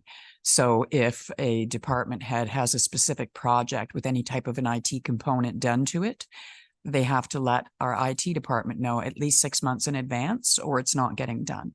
There isn't the time in the day. Now, when we add more facilities on, so we've just opened up the new Lowell Fire and Public Works Joint Facility. Her time has been dedicated to getting all of the broadband set up and getting all of the computers set up. It's not just open up a laptop and start working with it. It goes right down to the basics of the laptop's been delivered. Let's get all the programs set up. Let's get the Windows set up. Let's get the specified programs that that particular department uses set up. That is taking up time that I see being used in securing the corporation itself, rather than, like I say, these time consuming, but not necessarily intense IT programs, if you know what I mean. Last person I'm going to go to before you get to speak would be Terry. Terry, about the tourism department and economic development. Yeah, thank you, Your Worship. And again, just to echo CAO Ferguson's comments, we have had many discussions about economic development officer, perhaps in the recreation department, or how that could fit. And we've had some extensive discussions, as CAO Ferguson said. It's been a while we've been talking about this, and when we listed the all the action items and all the goals that we have in place, there was a lot of work there. Also just to add is, there's a lot of growth coming in our community. The next 1 to 3 years, our community is going to really change. So a lot of these recommendations and changes that we're putting forward is to really prepare ourselves to manage that growth that's coming. And so I think the plans that we put forward specifically are to address that growth. So again, having that economic development officer on its own and managing all those action items specifically from the strat plan, I think is a key part. All right, thank you very much, Marty. Thank you, Your Worship. This question is for Tammy Gill. Is there anybody, you've obviously done reviews probably for this past year, and I'm just wondering if there's anybody that's maybe got some IT experience or wants to learn it and that's being underutilized. Is there anybody available for that? Good call. Tammy, our great human resources. Through Your Worship, Councillor Beelan, not at this time. Actually, we our staff are keeping up with all of the extra assignments from provincial downloads and security issues as far as IT is concerned, for sure. If I could share with the group that the senior management team created a process where we put all of our ideas as to new positions and where they're most critical and most needed at this time. And the 5 positions that we're presenting here are the ones that the senior group felt were most needed right now. Thank you. Anything further? I'm going to go to the group, the councillors. If there are any questions to Marty or to this discussion, whether you want to see this go to a seconder, then yes, Mr. Walker. Thank you, Your Worship. First of all, I appreciate Councillor Beelan's comments with regards to trying to combine. Yes. In the past, that has happened here. Yep. But as policies and rules and regulations changed, those individuals that were doing 2 jobs were squeezed at both ends to create all of a sudden they weren't able to do either one professionally. So we had to eliminate that joint. And I think this is what happens now if we go that route. I think that looking at IT with the way the world is and all the so-called wonderful people out there that are crashing systems and ransoms and stuff, I think that we as a corporation have to be very diligent in our protection of our IT system. So I really feel that a full person there is required to deal with solely nothing but IT. The other positions, I'm hoping that is there an opportunity to start in half a year instead of a full year? Can we look at getting everything together and then advertising in 6 months to have a half a year salary this year and swing it in then for the following year? Those are just some comments I have. Thank you. All right, let's keep that in mind. I'm going to go to Phyllis. I'm just sorry, it didn't push it hard enough. Sorry. I know it's just deferring costs, kind of like what Robert was saying, but and the recreation department to Terry is restructuring. But have you thought about making that a contractual position, and the same with the public works for a couple of years, see how it works? Because like all I'm hearing is technology's changing, things are changing. You need people with different skill sets. And that way, yeah, like I say, it's probably just deferring doing it at a later date. But I'm just wondering if it was considered like contractual workers were considered in those positions. The other three I'm perfectly comfortable with. I agree with all the conversations. IT needs dedicated. Building and planning, yes, in the economic development, that's way more than just recreation and tourism, sorry. But just wondering about the recreation and the public works. Okay, let's go to Terry first, if you don't mind. We'll go to Terry on that. Could that position be a contractual position? Yeah, thank you, Your Worship. Through you to Councillor Deneen. No, we did not explore contracting out these positions. These are existing positions. You know, when you do a restructure, if we were to explore contracting out, then we would end up eliminating these positions. These people would not work for us anymore, and we would end up contracting out because we're not creating new. We're just restructuring existing. So no, we have not explored that option at this time. Dan? Contract for the operations person? Just to reiterate to Terry's, no, we hadn't considered contracting out. I'm welcome to attempt that if that's a request from council. Again, we'd go back to what kind of person we could attract for a temporary position for that type of work, right? So it's difficult to say to attract temporary work versus, you know, full-time steady secure work, right? All right, thank you. We'll close that door then. Marty, we're still on your motion, so we're going to go to Paul next, and then John. Thank you, Your Worship. I get very concerned when I hear contracts. I like full-time employees. We need stability. We need support. If the right, and I don't disagree with the idea of stalling possibly some of these applications, but whether we go contract or whether we go full-time, they're going to still come out of our operating budgets. Okay. Yep. And the concern, if the right person comes along, I want them here. That's my attitude.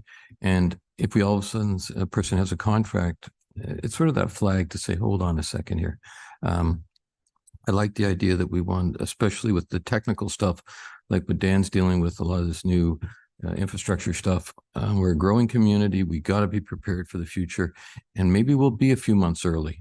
But if we're a few months late, we could damage the rest of our staff. So I'm sort of like, if we're going to support all the positions, I think it's something that we have to support in its entirety as full-time positions. Thank you. Okay, thank you. On Marty's discussion, go ahead, John. Thank you, Your Worship. Really like to echo the Deputy Mayor's comments. I couldn't have said it better. When we're talking about skill sets, we're going through this in my business right now. And yeah, we can train people for multiple positions, but all of this training takes time away. And when we're talking about contracting, even if you're bringing in people with skills in that particular area, you're still going to wind up doing some training. And are we saving anything in the long run? Because then that training time goes away, and we're not retaining anything for the community. Fair enough. Thank you. Put it back to Marty. I've reconsidered things. I'm not putting the motion forward. You're pulling it out? All right. All right. This has been a good discussion. This is exactly why we do it this way, in a workshop where everybody can have a fair conversation. Looking for more recommendations. John, did you have something you want to add? Yeah, I just want to say that it's all a fair comment. And these are the types of questions that we want asked of us sure. as we move forward. Even moving forward, as the senior management got together, it said, we want to try to be able to find as much money within our existing budgets to do this in order to move forward. And I asked everybody to try to crunch the numbers as closely as we can, recognizing that there's a need there. So a lot of what was asked today, we did discuss in detail. And but I do appreciate the questions. And anytime that we feel that moving forward with any position, if we can't find the right individual, or we're going to put it off until we do. And also be mindful that these are taxpayers' dollars going into new positions, and we want these people to work and stay with us and create a good network. Just to give you an idea of the turnover that this municipality had just in the 2 years of COVID, 56 new staff rotated in and out of this municipality. It was just a revolving door. HR was constant. And those are the things that if you get somebody and you can train them and you can keep them, then that's the real benefit to the township in that sense. So anyway, that's sort of why a lot of the philosophy of what we're doing with certain departments is what we decided on as senior managers to bring forward. So we know it's not easy, and we want you to take this very seriously. And any feedback or even criticisms that you want to convey to us, we accept. And but we put this forward with some thought. I just want to pass that along. Thank you, Marty. Thank you, John. All right. Any new topics? I think Phyllis, you had something? I was just going to make a comment about the contractual thing. Oh, okay. Like Well, I then was, you're okay. I agree that you would get someone 100% committed with a full-time job, an offer of a full-time job. But I'm just speaking from experience. Two of the jobs I've had over the years, I was on contract to start, and I never left either of those jobs either. And I never was left without a job at the end of the day. Fair enough. Council, we're looking for any new topics, any discussions. John or Paul, do you have something new? I was going to add one thing to this. Oh, everybody wants to add to it. Thank you, Your Worship. I just want to, this is sort of contributing to what Marty had to say, and I'll challenge the senior staff. One of the biggest things, and John, you just identified with it, is to look at all our positions and review the positions to say, are we still doing the right things, or are we doing obsolete things? And this is something that can, challenge our staff to say, hey, this is good. Let's get rid of this stuff. Let's do that stuff. I don't want to be the broken record and keep doing the same thing. So I just challenge them, and I'd like this to be a bit of a takeaway for what we're discussing here today. Thank you. All right. Anybody else on this original topic? Nope, we're looking for new topics now. Thank you, everybody. Appreciate it. I'm trying to move us along here, right? Okay, I've got Mr. Walker, and then I can go to you, Mr. MacArthur. Go ahead, Robert. Thank you, Your Worship. To recreation, Terry, the center hall flooring, 75, I would like to see that pulled again this year, and I'll tell you why. I'd like to leave it till at least 2025, because I would like to review the Creemore floor in a year's time from use from a pickleball and wherever else use it gets, because it's getting a fairly good use right now. I'd like to see how that floor stands up before we turn around and spend our monies in putting it in Stainer and finding out that the Creemore floor maybe isn't what we expected with regards in a year's time down the road. That's my thought. And the other question is, would those folding doors have to be removed and installed if and when they do that floor? Because I would imagine they will have to come down and be reinstalled afterwards. So that would be another cost added on top of that 75,000 for the floor. So I just brought that forward. I think that the floor is still in really decent shape for the age of it. It doesn't have any, to my knowledge, chips or stuff out of it. So I would like to see that left. And I really would like to see if there's an opportunity to get shuffleboard started back in that arena as an indoor activity for everybody. So I just I would like to see that. I'd make a motion that we pull the 75 for the hall flooring for this year. And that's my comments. Thanks. All right. I'll take a seconder on that one right now. Are you gonna second that? Thank you very much. Terry, let's hear your comments about defending why we should do it this year. Yeah, thank you, Your Worship. Yeah, it's a project that was brought forward from last year, obviously, and we have no qualms waiting another year. It's really mainly for aesthetic purposes. You know, we've redone the whole hall. It's all been repainted and looks great. Just the floor kind of sticks out as, you know, a bit of a aesthetically not good looking floor. Just to clarify, the floor we want to explore using the same product that the Creemore Hall has. That wasn't a given. That was just an idea that we have because we're very pleased with the way that looks and feels. Definitely giving it one more year to see if it works and give us more knowledge to make a better decision 2 years from now. That's great as well. You know, that being said, if the Creemore floor doesn't work out the way we think it will, then we'll have to look at other options.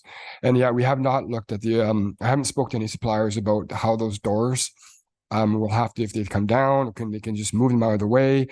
We haven't explored that yet, but if this is something that council wants to do, then it gives me a year to do that research to find out about those doors. But again, and just one thing though, I forget, Kelly, was that part of the taxation or the reserve?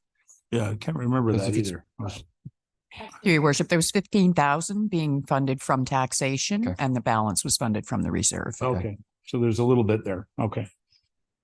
That's all. Thank you, Worship. Thanks very much, Terry. Any other members of council with question on that recommendation from Mr. Walker? Seeing no discussion. Madam Clerk, the motion.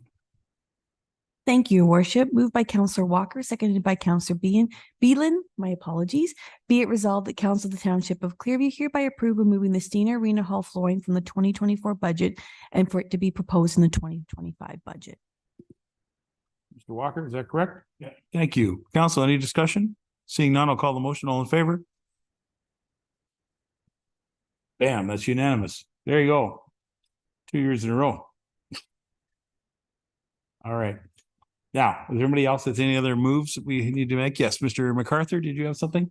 And then I see Phyllis said something. Okay. And just for your worship, just wonder, Kelly, if you've done the magic button thing and see with the couple of changes that have been made so far, what the bottom line's looking like right now.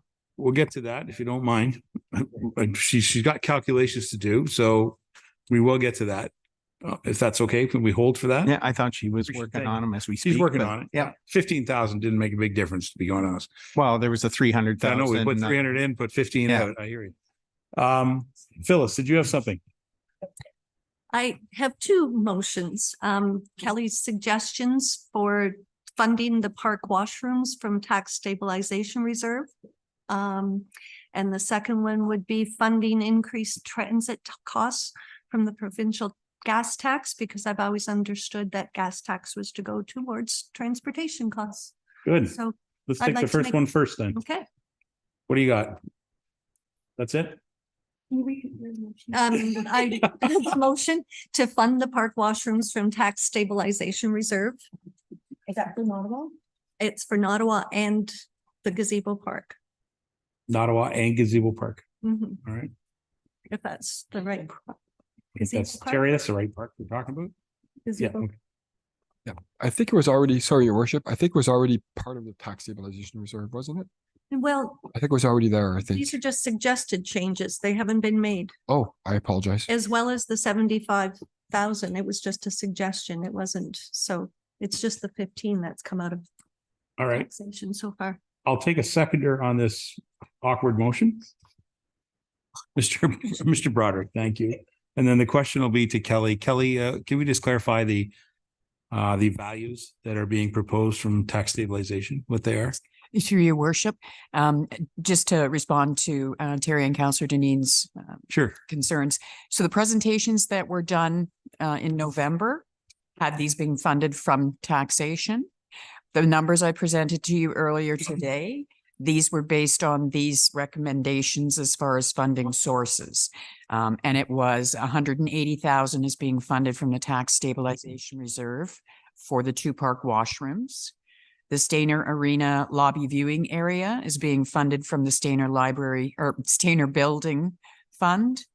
The sports park or sports pad for Stainer was from the tax stabilization reserve.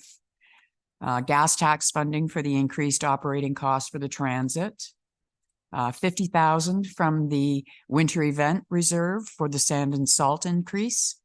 And then there was also leaving the affordable housing reserve transfer at 100,000 rather than increasing it. So all those were included in that original number I presented this morning. Yeah, the housing one, I have a note here to talk about that when it comes to be my turn. So, Okay. All right. That's fine. That's fine. Then I don't need to make a motion for it. Thank you, Katie.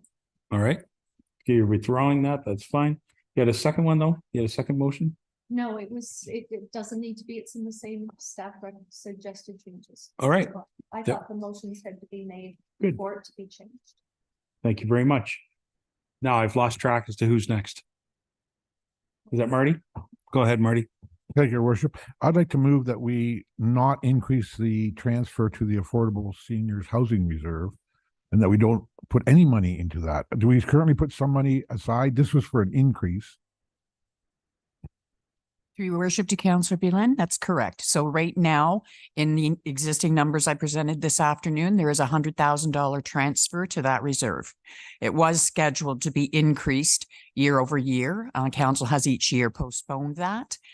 So the suggestion right now is to eliminate the 100,000 increase, which actually leaves a $100,000 transfer into that reserve. So I would like to move that we don't transfer any money to the account for the same reasons as last year. We don't know how to administer this, and it really wouldn't make enough money in that reserve to do much for affordable housing for seniors. And I have a problem with that word.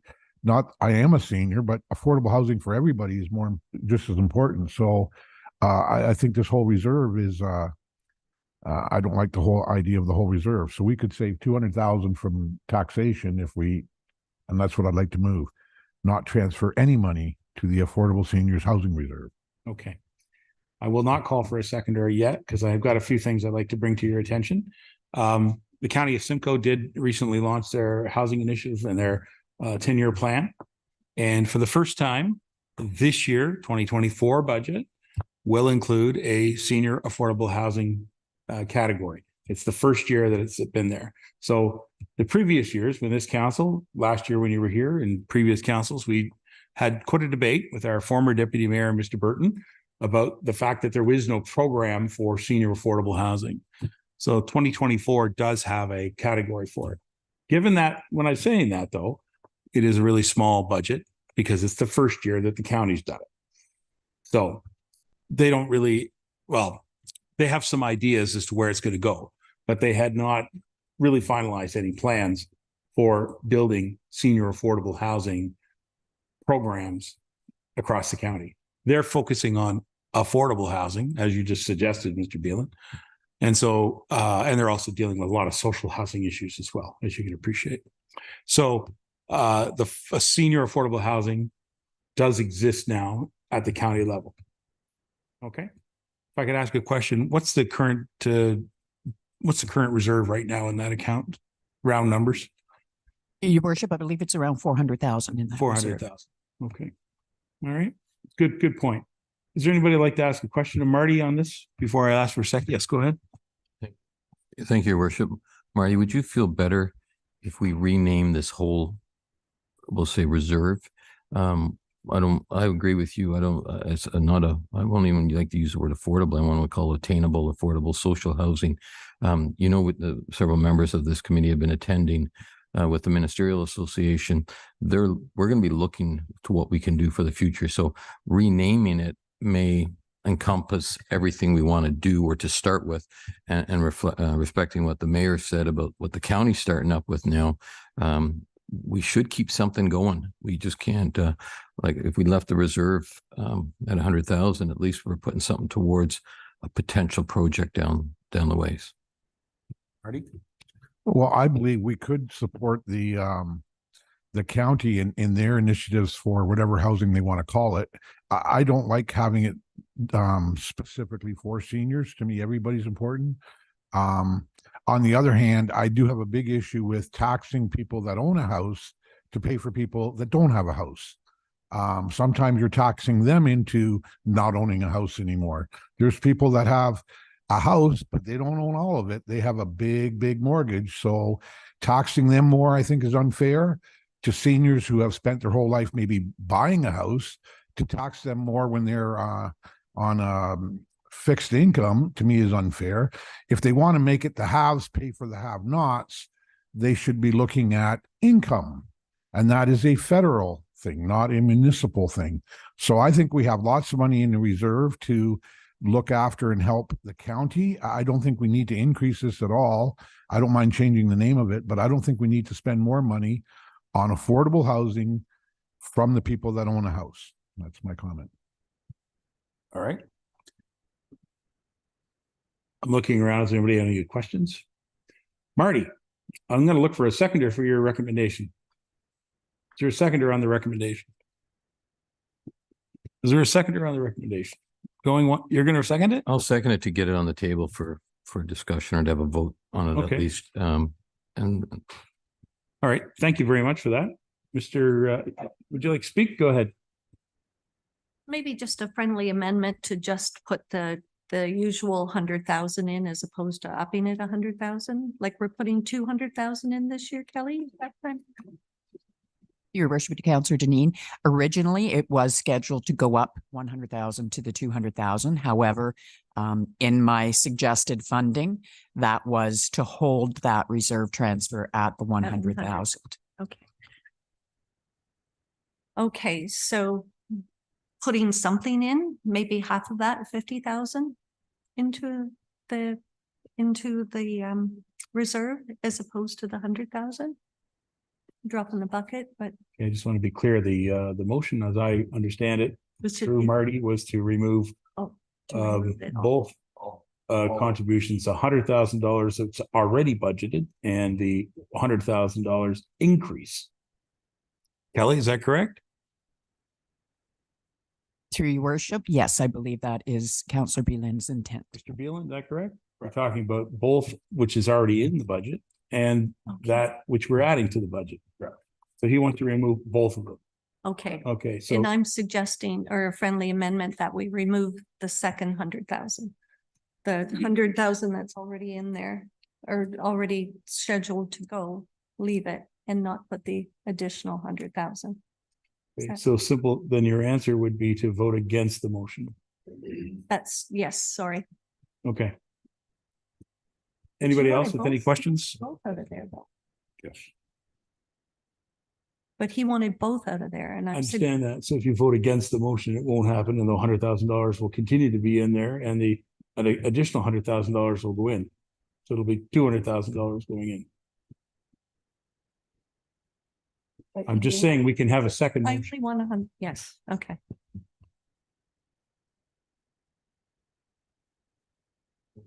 Yeah, go ahead. Sorry. I think, Try to what we're- read yeah, these people here. right. I think I'd like to make a friend, and I don't know if Councillor Dillon will support it, but we'll make a friendly amendment. I know we're talking $200,000 right now. If we reduce it to 100,000, my concern is we have an initiative in front of us potentially that we have to deal with. And by stopping the program going forward right now, it sends a pretty poor message of what we're supporting here. So I would think if we did a friendly amendment to not increase it by the other $100,000, leave the original 100,000 as is, I'd make that friendly amendment. Marty, friendly amendment? No, I want to take the whole thing out of it. Okay, so Like I said before, I don't think people that own a house should be paying for people that don't own a house. If you want the house to pay, then make it based on income. Right. You don't always federal know. government We issue. can't afford to raise taxes on the people that own a house to pay for those that don't have a house. Yep. There you go. That's my feeling. And I don't want to, I think we have enough in the reserves to support what we already do. I know that I went to the affordable housing meeting we had. The county is doing a lot of things for the homeless, and the affordable housing, and I think we should support them. And there's already money in this reserve to support that. So I would take out the whole 200,000, not part of it. Okay. That's not a friendly. You want to go for a seconder, or do you want to just withdraw? I'll withdraw. I see where Councillor Balin's coming from, and I think seeing as how we do have $400,000 in reserve at this time, the potentially will come back and arm wrestle again next year, Marty, with this, and we may have to look at 200,000, but we have to look at starting to spend money, put our money where our mouth is, sort of thing. And we have not used the money that's in reserve. What we need it for yet, we don't know, but there's obviously going to be an ask coming forward, which we do have money for that if we need it. So I'll withdraw my amendment and okay, let the chips fall where they may. So we're still on the original motion, and I see John has something to say. John Broderick, go ahead. Just for, thank you, Your Worship. Just for clarification to the deputy, or through you to the deputy mayor. So you're withdrawing your support for the motion? I'm withdrawing my support for the amendment to leave it at $100,000 per year.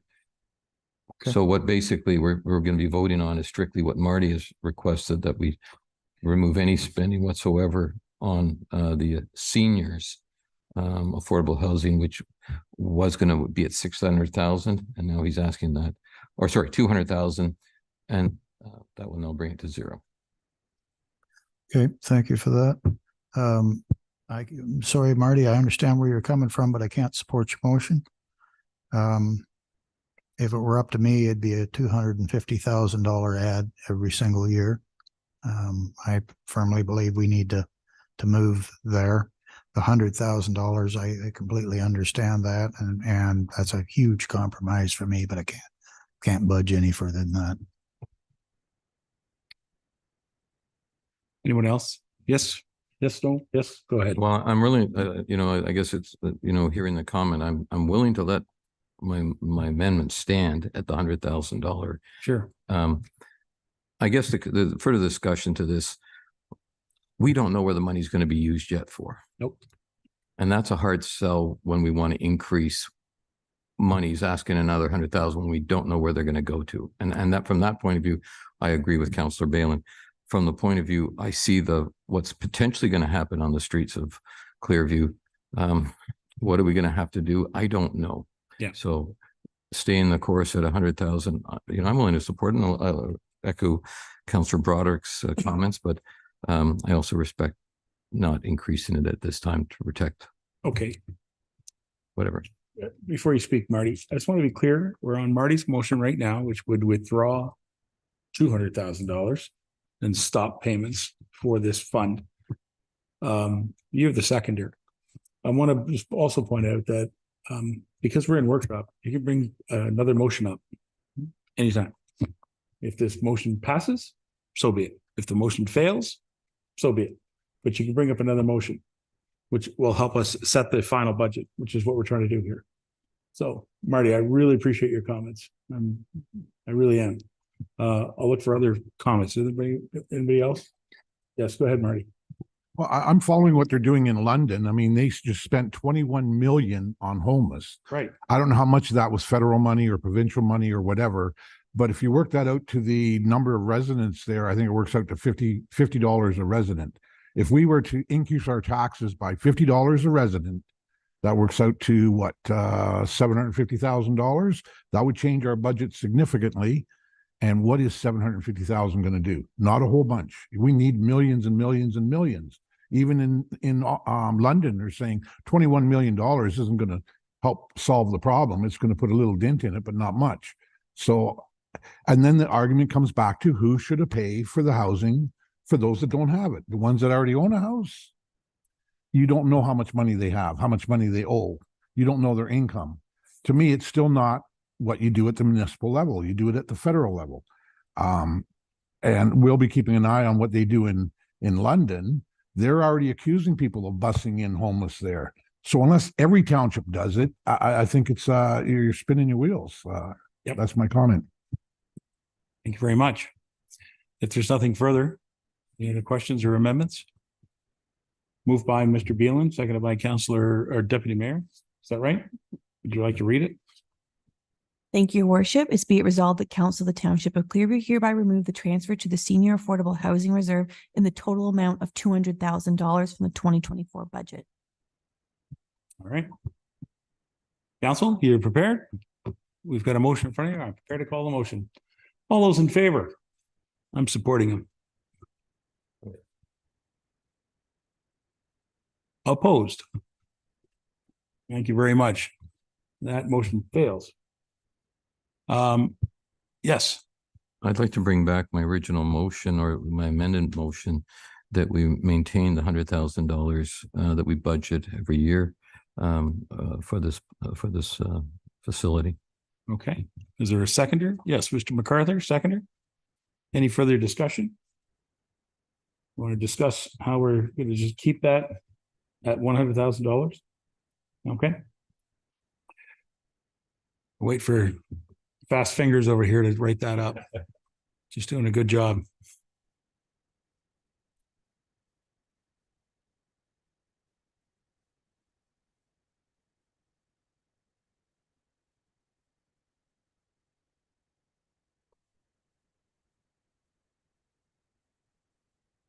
Thank you, Worship. The motion on the floor is moved by Deputy Mayor Van Staveren, seconded by Councillor MacArthur. Be it resolved that Council of the Township of Clearview hereby approve maintaining the Senior Affordable Housing Reserve transfer to $100,000 for the 2024 budget.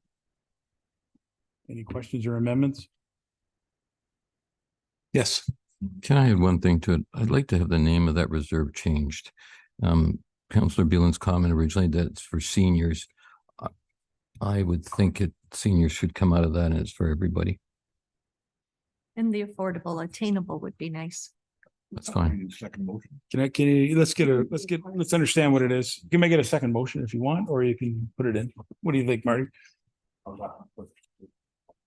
One motion, okay. Yes, John. Yeah, there's just today, there's a report Watson and Associates just put out and clarifying some of the definitions. And from what I understand, I haven't read the whole document, but basically they're providing a high-level summary PowerPoint presentation along with the detailed letter submission regarding Bill 134 as it relates to definition of affordable residential unit for the purposes of development-related charge discounts and exemptions. Right. So I don't know if there's one for affordable senior. I don't know if they've defined that. So this is a moving target right now as it relates to potentially what the definition might be. I just wanted to put that out there. I just asked the clerk, this account currently has a title of Senior Affordable Housing. Through you, to Worship, yes, that's the original resolution. Right. Was it the Senior Affordable Housing Reserve? Right. So the recommendation could be that we just simply change the name of the Senior Affordable Housing Reserve to the Affordable Attainable Housing Reserve. Yes, Your Worship. All right. Which will not go against anything that you're doing. It's just the same account. Is that understood? Can you read the motion?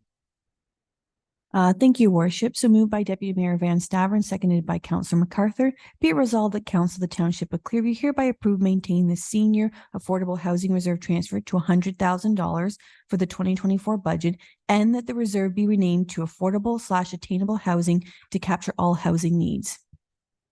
Fair enough. Mr. Ferguson? Sorry, not to belabor this, but it didn't use the word attainable.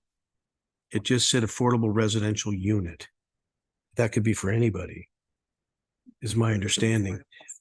But I don't know if they're going to be looking at other definitions, but this is what has been sent today. My thought on that honestly would be is that the title's always going to change and council can always change the title of the reserve. So it's important, but it's not important. Fair enough.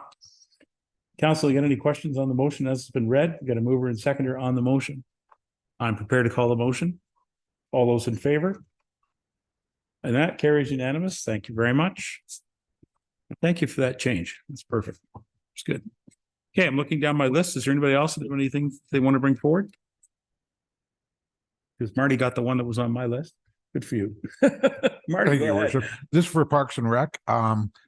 did we ever decide anything about the curling arena, what we're doing there in Stainer? And then also, does this include anything for the Creemore Curling Club? There's a ceiling in there that they were looking at, the film ceiling.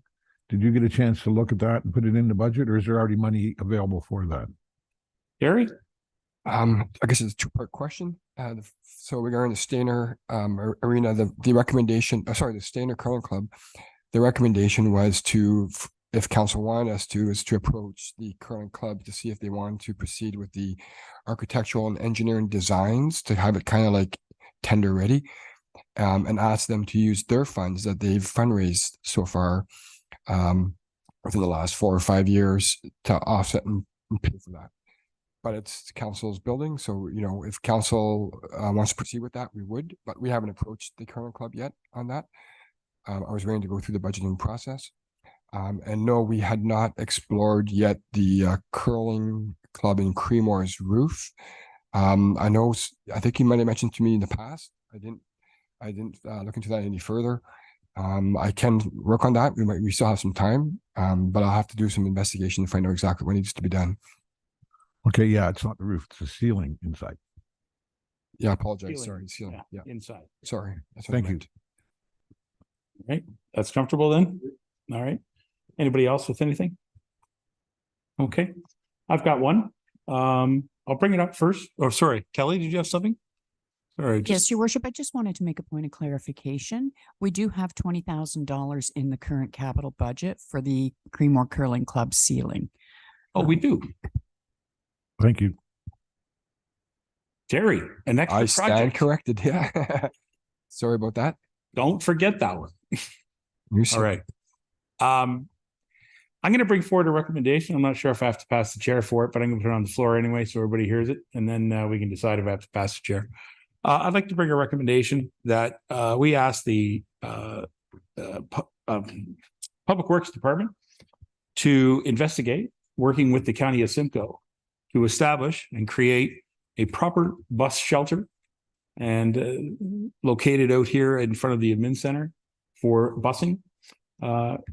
Certainly this morning is a really good example. The sidewalk is plowed and is in excellent shape. The road is plowed and is in excellent shape. And yet the benches where people sit to get on the bus has 3.5 inches of snow on it. There's no maintenance or any maintenance plans. There's no direction to any staff to actually clean those benches off.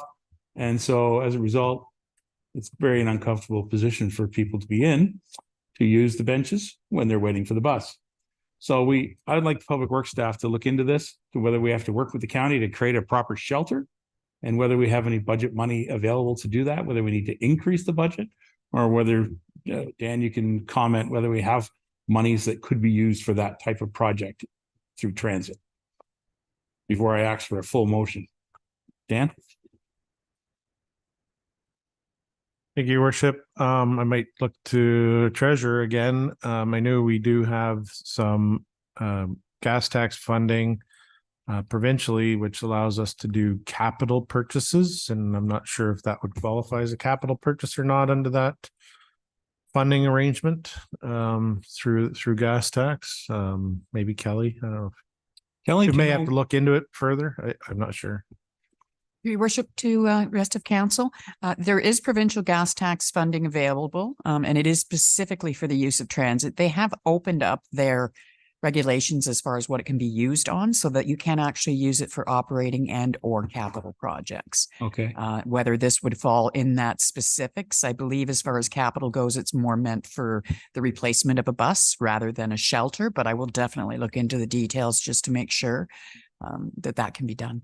My thought here on this whole project is that the location out here is used both by the county bus system and by our local municipal bus system.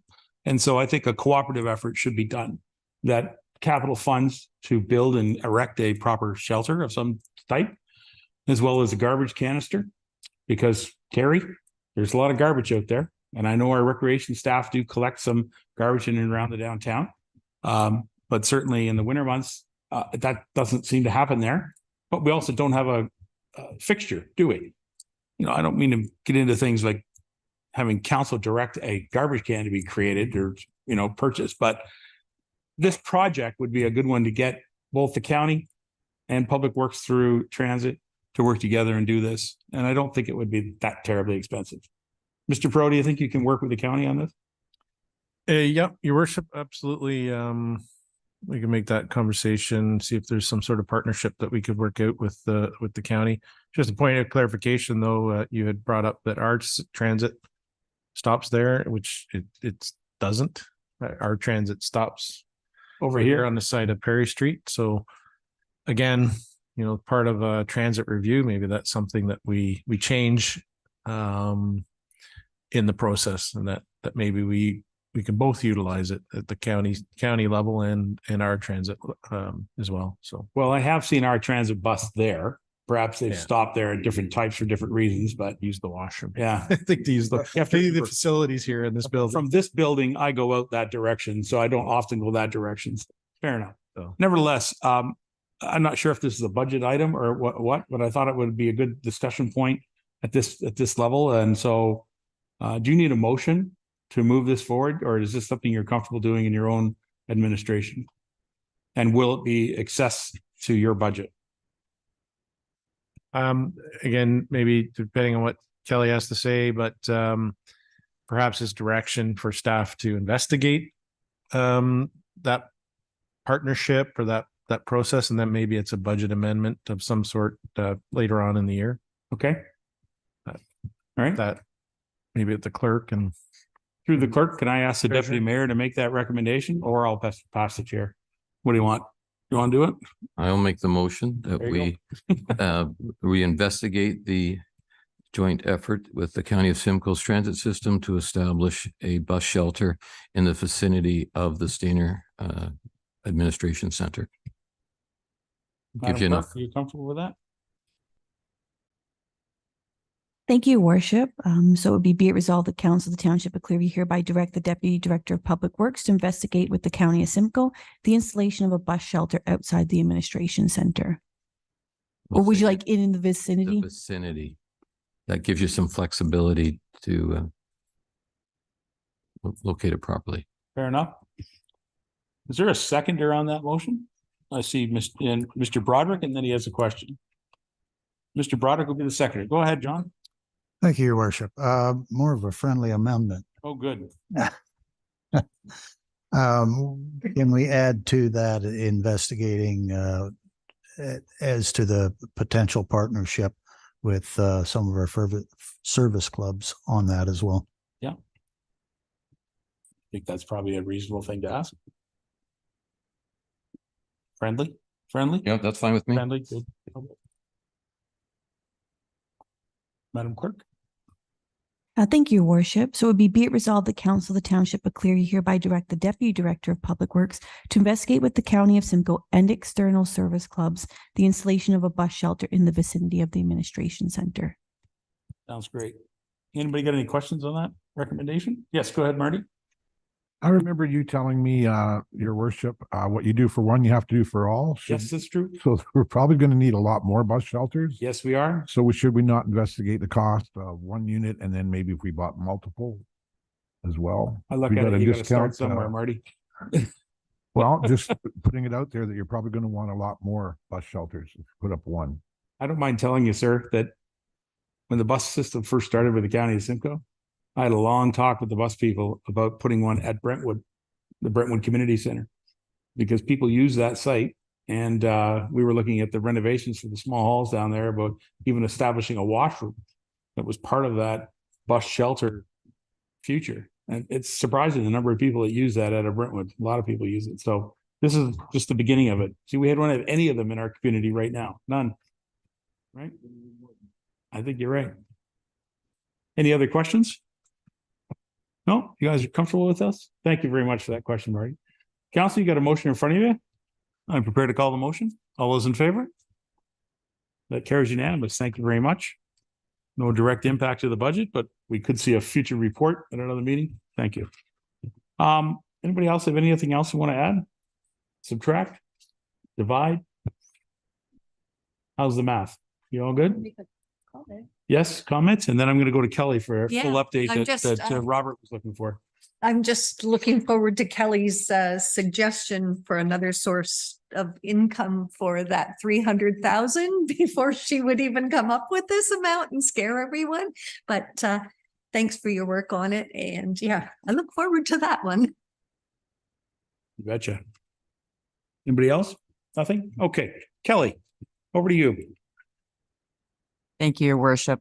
Through you to the rest of council, I have left the 300,000 in as being currently funded from taxation. However, I will work with Mr. Perot to see if we've got an opportunity to fund at least half of it from somewhere else.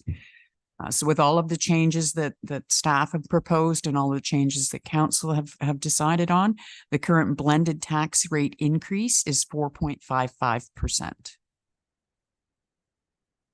Okay. Any questions to that comment? All right. Council, there's no motion at this point. I don't believe.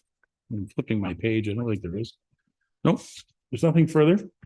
And we just need to go directly to our bylaw to confirm. So before we do that, I will give comment that I actually appreciated this budget process that we've gone through.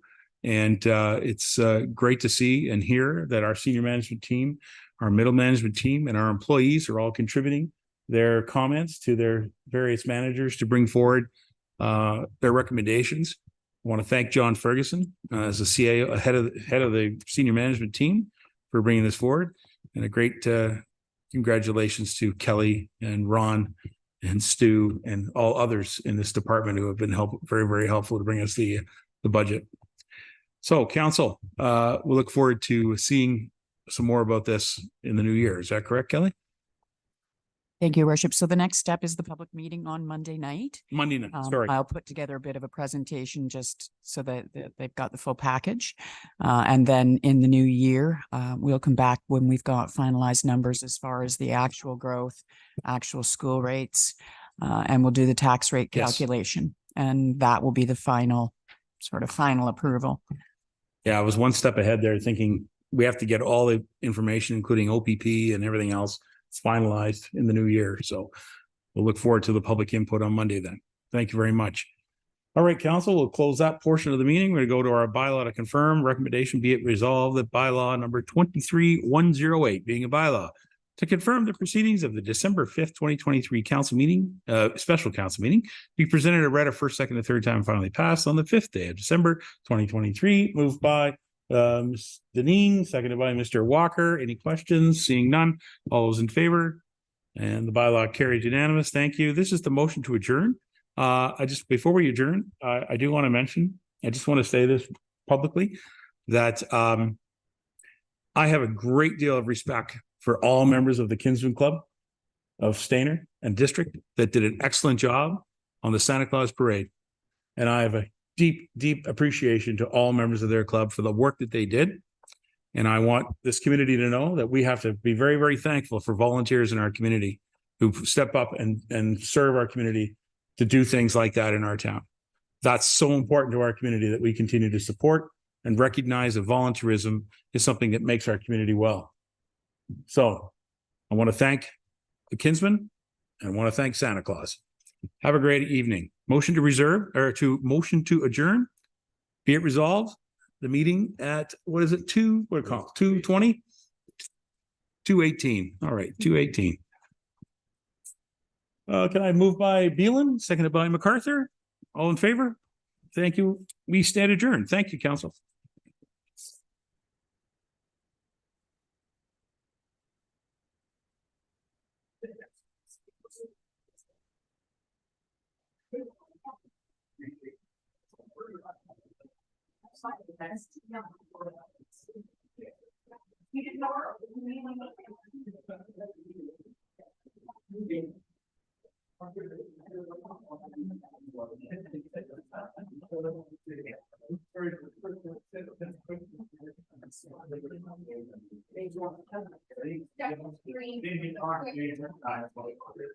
But I would see that in the year.